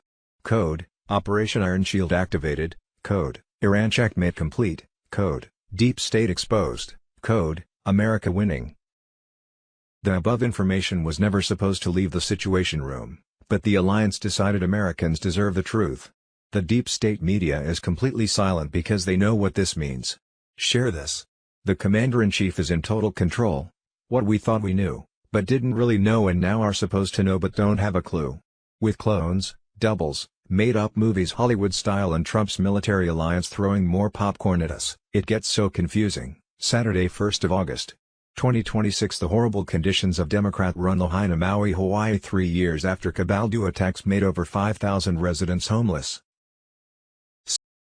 Saturday, 1st of August, 2026. The Rothschild, Satan worshippers who have controlled European banks since 1815, also have controlled the skies for 47 years through a network of 22 weather modification stations that could direct hurricanes, droughts, floods and earthquakes like Hurricane Katrina and the Haiti 2010 and 2011 earthquakes.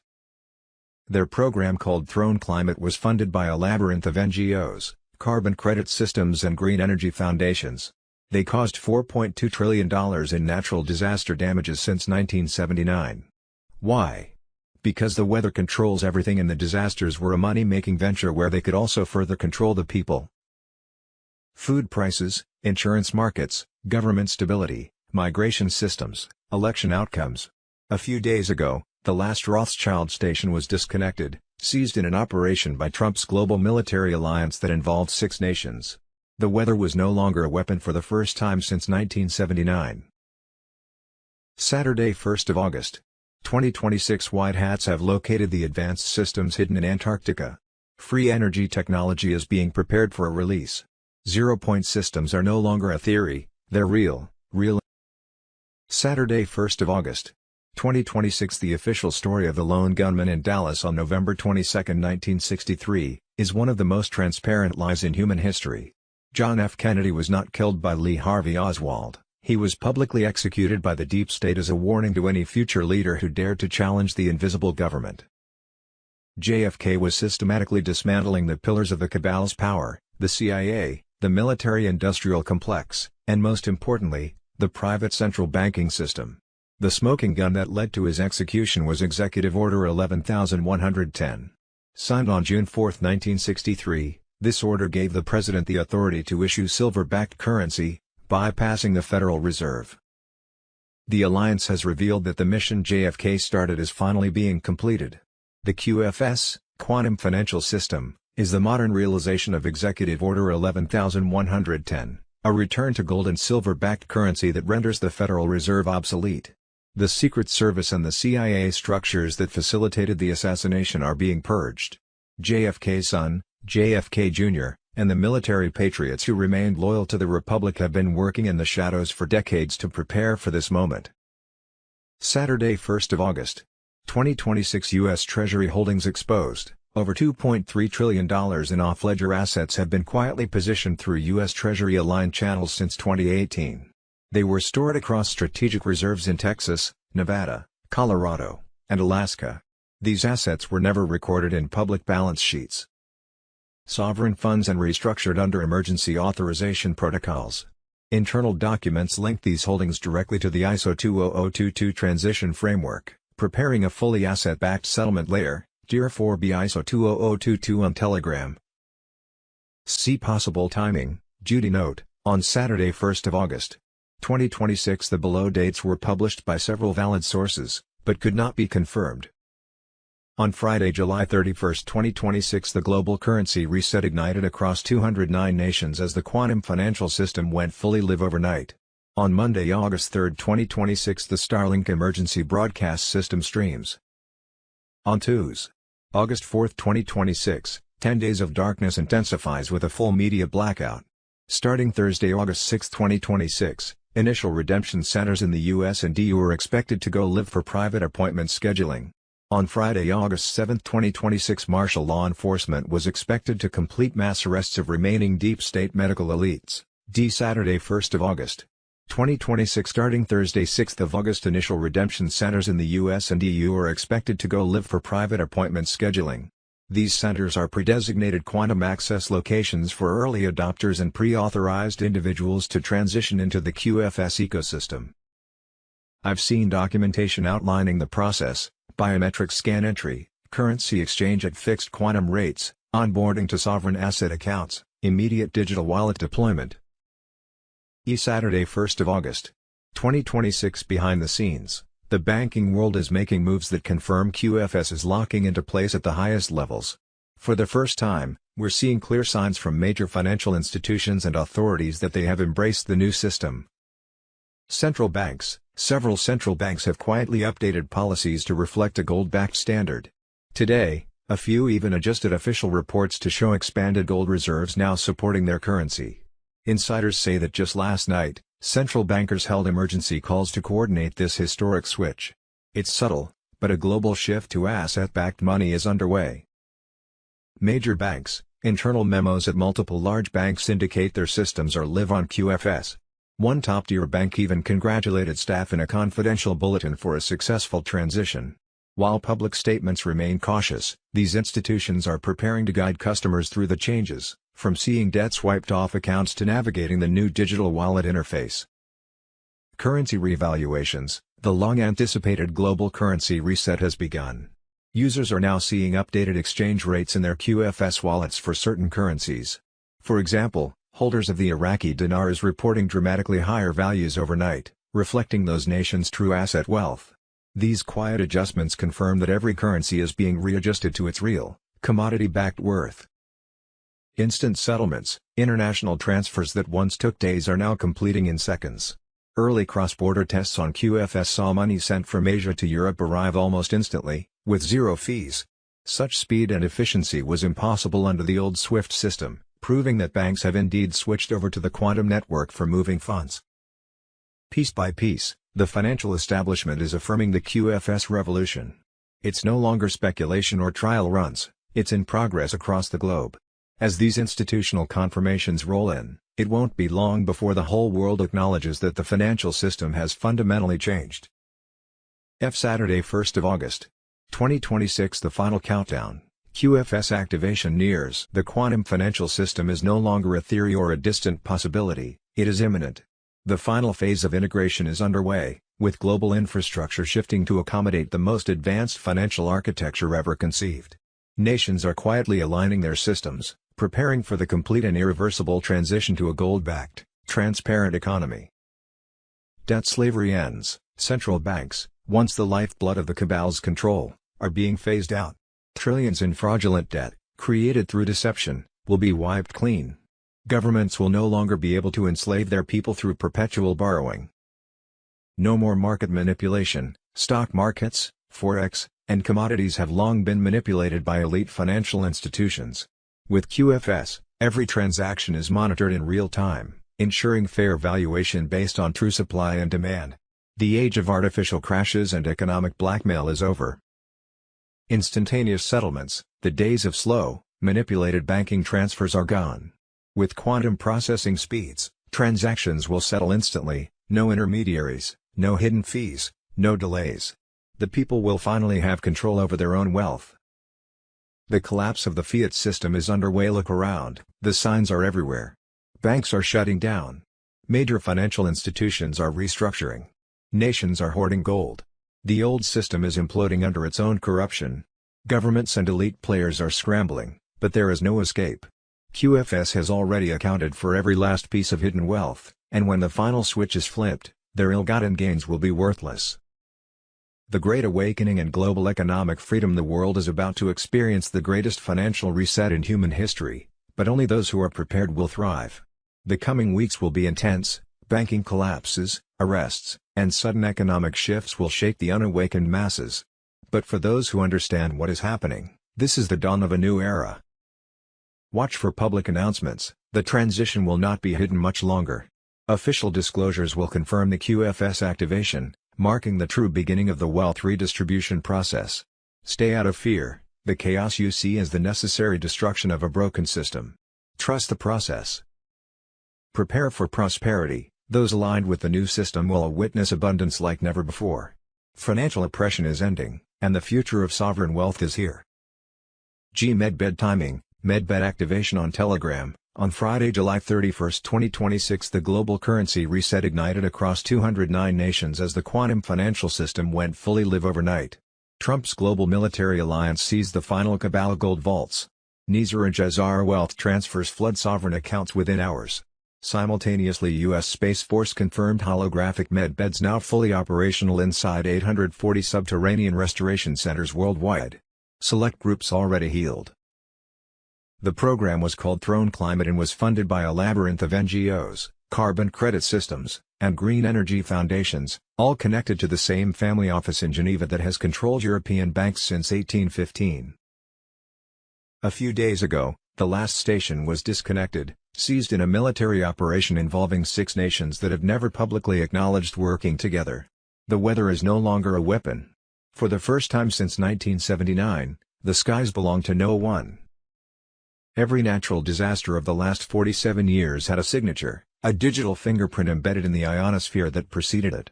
HAARP researchers have detected it for decades.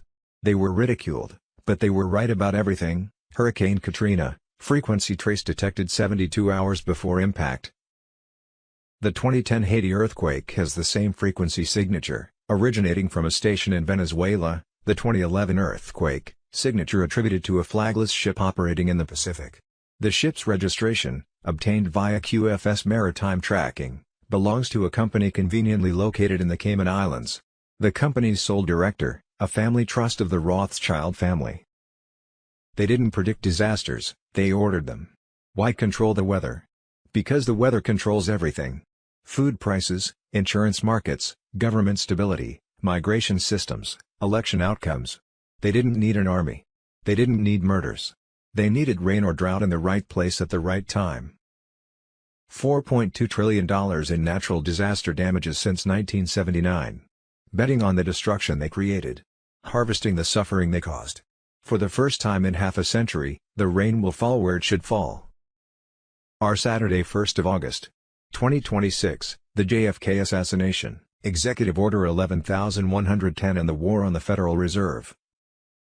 The official story of the lone gunman in Dallas on November 22, 1963, is one of the most transparent lies in human history.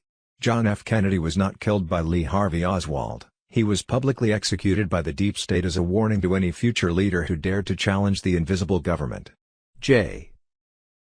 JFK was systematically dismantling the pillars of the cabal's power, the CIA, the military-industrial complex, and most importantly, the private central banking system. He was the first alliance president of the modern era, and he paid the ultimate price for his attempt to liberate humanity. The smoking gun that led to his execution was Executive Order 11110. Signed on June 4, 1963, this order gave the president the authority to issue silver-backed currency, bypassing the Federal Reserve. JFK had already begun printing $4 billion in United States notes, money that belonged to the people, interest-free, backed by the silver in the Treasury. This was a direct death blow to the Rothschild-owned Federal Reserve. If JFK had lived, the debt slavery system would have been abolished in the 1960s. The bankers could not allow the printing press to be returned to the hands of the people. JFK also famously declared his intention to splinter the CIA into 1,000 pieces and scatter it into the winds after the Bay of Pigs betrayal. He realized that the agency was not serving the United States, but was acting as the private army of the global elite. The alliance has revealed that the mission JFK started is finally being completed. The QFS, Quantum Financial System, is the modern realization of Executive Order 11110, a return to gold and silver-backed currency that renders the Federal Reserve obsolete. The Secret Service and the CIA structures that facilitated the assassination are being purged.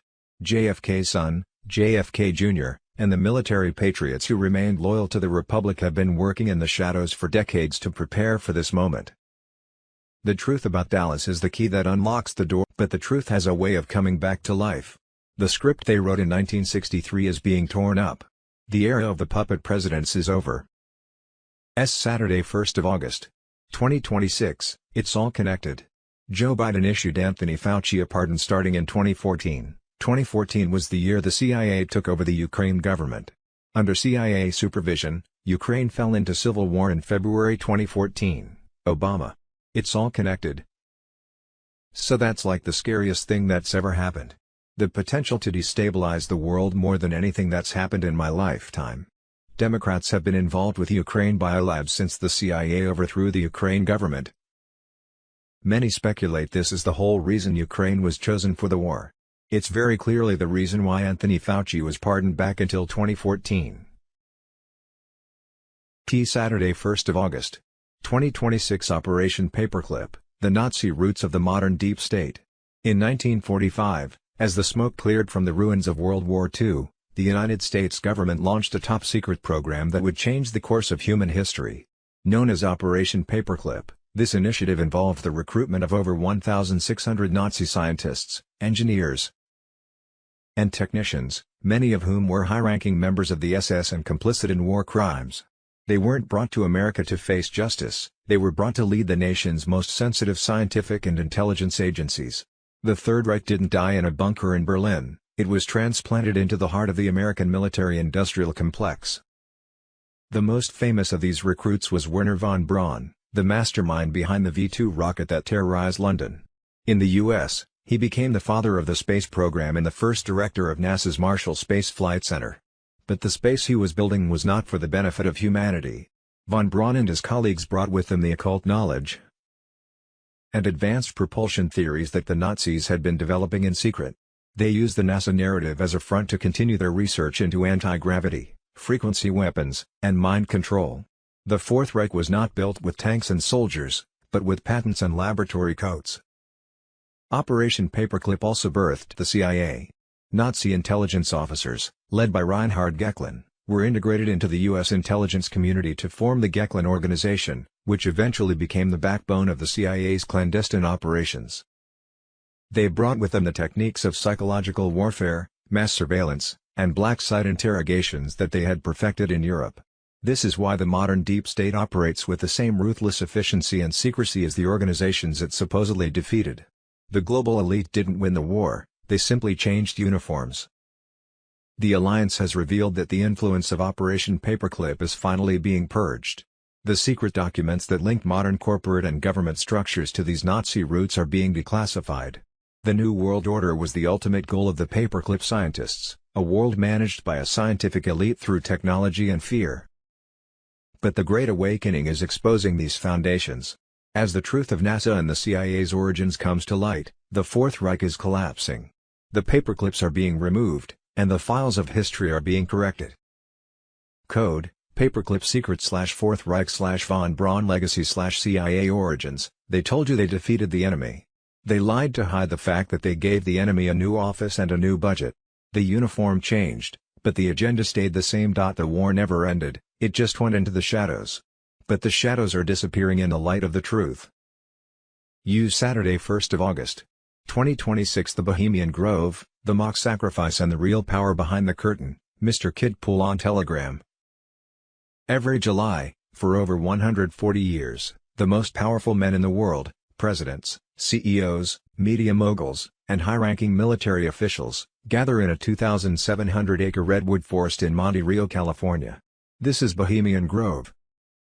They claim it represents the casting off of the cares and responsibilities of the world, but whistleblowers and infiltrators like Alex Jones have revealed that the ceremony is a deeply occult ritual designed to bond the elite, blackmail the elite, through shared participation in a symbolic act of darkness.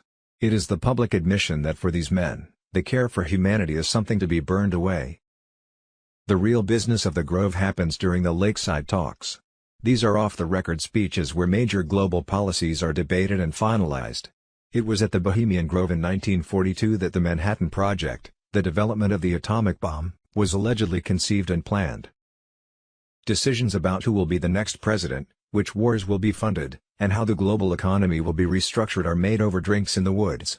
This is the shadow government in its most literal form, a private club where the democratic process is replaced by the whims of the 13 bloodlines and their associates.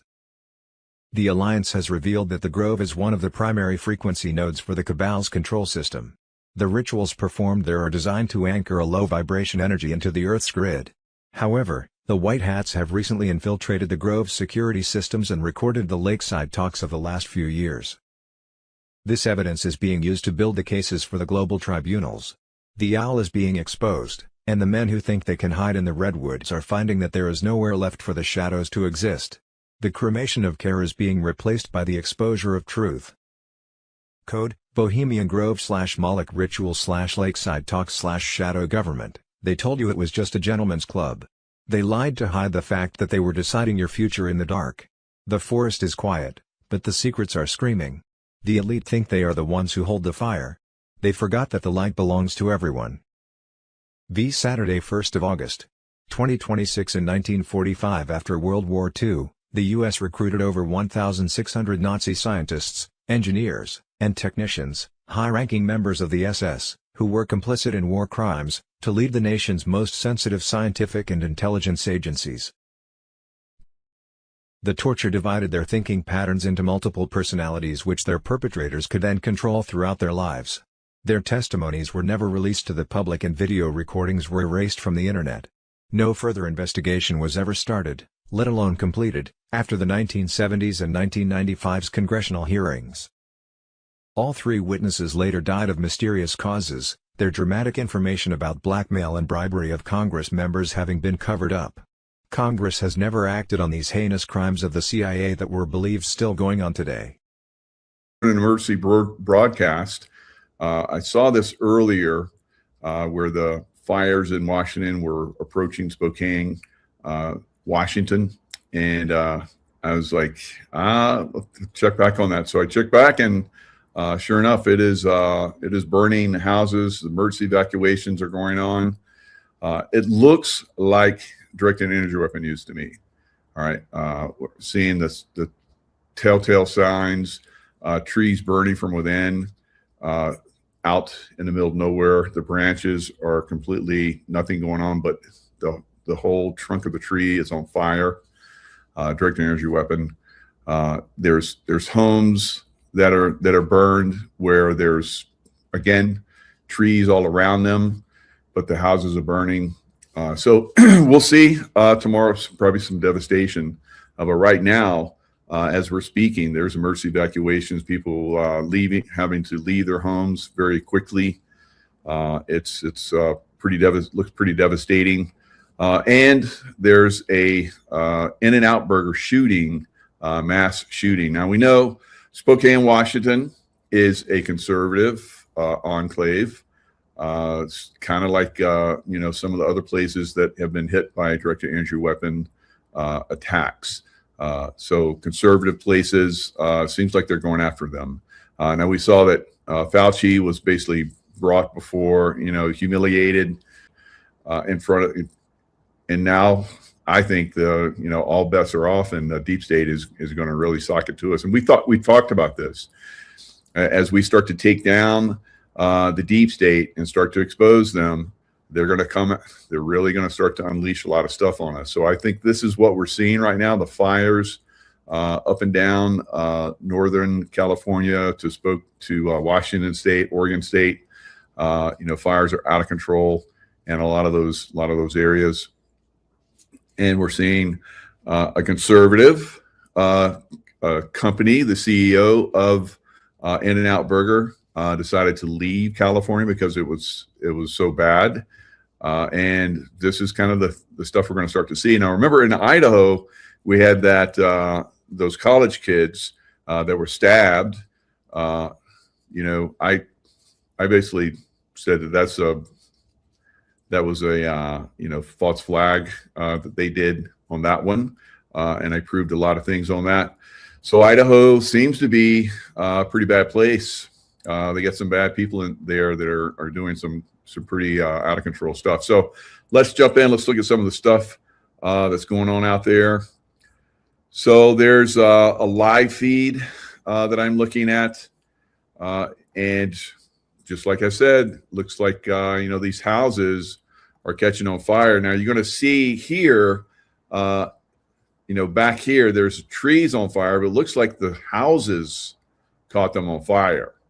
All right, it's not the trees that are on fire that are bringing the fire to the homes. The homes are being directed energy weapon attacked, I believe, and they're catching the trees on fire. So look at this. It's in the Spokane, Washington area. Look at that. Let's go loop this for a second. It's pretty. Okay, so they are saying the county commissioners are meeting in about a minute. They are going to be declaring a state of emergency. This is bad. This is bad. It's very, very bad. Evacuations along Indian Trail. We've had people report it took them 4 hours to get out of the traffic. There was a bottleneck that wasn't moving. Barnes Road was shut down there, which is right near the Indian Trail Shopping Center. Rudder Parkway has been affected. And then if you go a little higher elevation up Strong Road to 5 Mile Prairie, there was major evacuations there. There's some reports that some homes on the 5 Mile Prairie might be lost, but that has not been confirmed by officials. But we can tell you this fire just burned a path from west to east and the northwest quadrant of town. Let's take you back to Heidi Miley live. Heidi. This is crazy. All right. Hi, Sean. We just arrived here along Highway 2. I'm checking where Espanola Road is. That's what I'm near. And we are about 20 miles east of Davenport. We are. All right. So I'm pretty concerned about, like I've talked about these deep states deep state states, right? Democrat states. Now, Spokane is a very conservative area. It's being burned, and they have police that are starting to block off roads, just like they did in Lahaina. All right, so there was just a report that it was taking people 4 hours to get out of a certain area trying to evacuate. One of the reasons because they're shutting down roads. All right, some for good reason, because they're in areas into neighborhoods where the fire is being directed, in my opinion. But we're going to have to.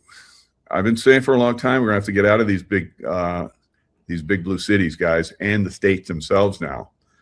You can be a conservative in one of these blue states like Oregon or Washington or California, and they're going to burn you out of your homes. And so, this is some of the things. This is my opinion. I've been watching this stuff. A lot of people have been watching this stuff. You can, figure this out for yourself. Maybe it's a nothing burger to you, but for me, I'm very concerned about this. Right? I've been talking about this for quite some time. All right, so let's look at some of these other. So I just threw this together real quick. I checked back in to see what was going on, and as it stands now, thousands have been ordered to flee homes as fast-moving wildfire grows in Spokane County, Washington. And it's nighttime, as you see behind me. It's nighttime here. Pretty much, the whole U.S. is nighttime now. We're the last ones to get the light here on the West Coast, but those guys are evacuating in the dark, right? Not good. And then you're going to have them. Some of these people are going to go into roads that are like clogged with, people trying to flee, just like we saw in Paradise, California, where people tried to flee, and they were getting stuck trying to flee, and again, people burned to death in their cars. All right, so and that makes no sense. So in some of those areas where people burned to death in their cars, there was the forest on either side of the road wasn't touched. So again, you're in a deep blue state, and you're conservative. You're gonna have to be careful now, guys. It's on. All right, they're coming after conservatives now, and now we're coming after them for trying to force that on us. We're even coming after those Democrats. They don't even realize it, that they were forced to get the vaccination as well, and that communism is trying to take over a lot of these Democrat states. It's getting out of control, right? So thousands are fleeing. The Old Trails fire, as they're calling it, fueled by extreme fire weather conditions, has burned nearly 3,000 acres, and they're starting to burn buildings. Right, so adding about 4,000 buildings are threatened in the area. The full extent of the damage is not yet clear. We won't know, because now it's night. We won't know until the morning what kind of devastation they're going to do. Right, this is a very, very tragic thing. I don't know about you guys, but we're gonna have to stop this, because law enforcement is involved. Politicians are involved, the judicial's involved, and we, the people, are being, hunted and destroyed. Our homes now, and our lands, we are being destroyed, literally, figuratively, on many different levels. We're gonna have to, use the Constitution, because they are not letting us use the Constitution to go after them and get them out of power. So we're gonna have to do something else. All right, this is something that really needs to be looked at very carefully, and it's not for me to say that we're going to do this or that. It's just that legally we have to start to band together and have our own groups, constitutional groups, with law enforcement on our side, judicial on our side, and start to take these people out. All right, they're causing these fires. I've talked to people that said that they're part of firefighting and they weren't calling them to come fight fires. They were letting them get out of control like this. So we're seeing what they're doing. We're seeing what they're doing now, right?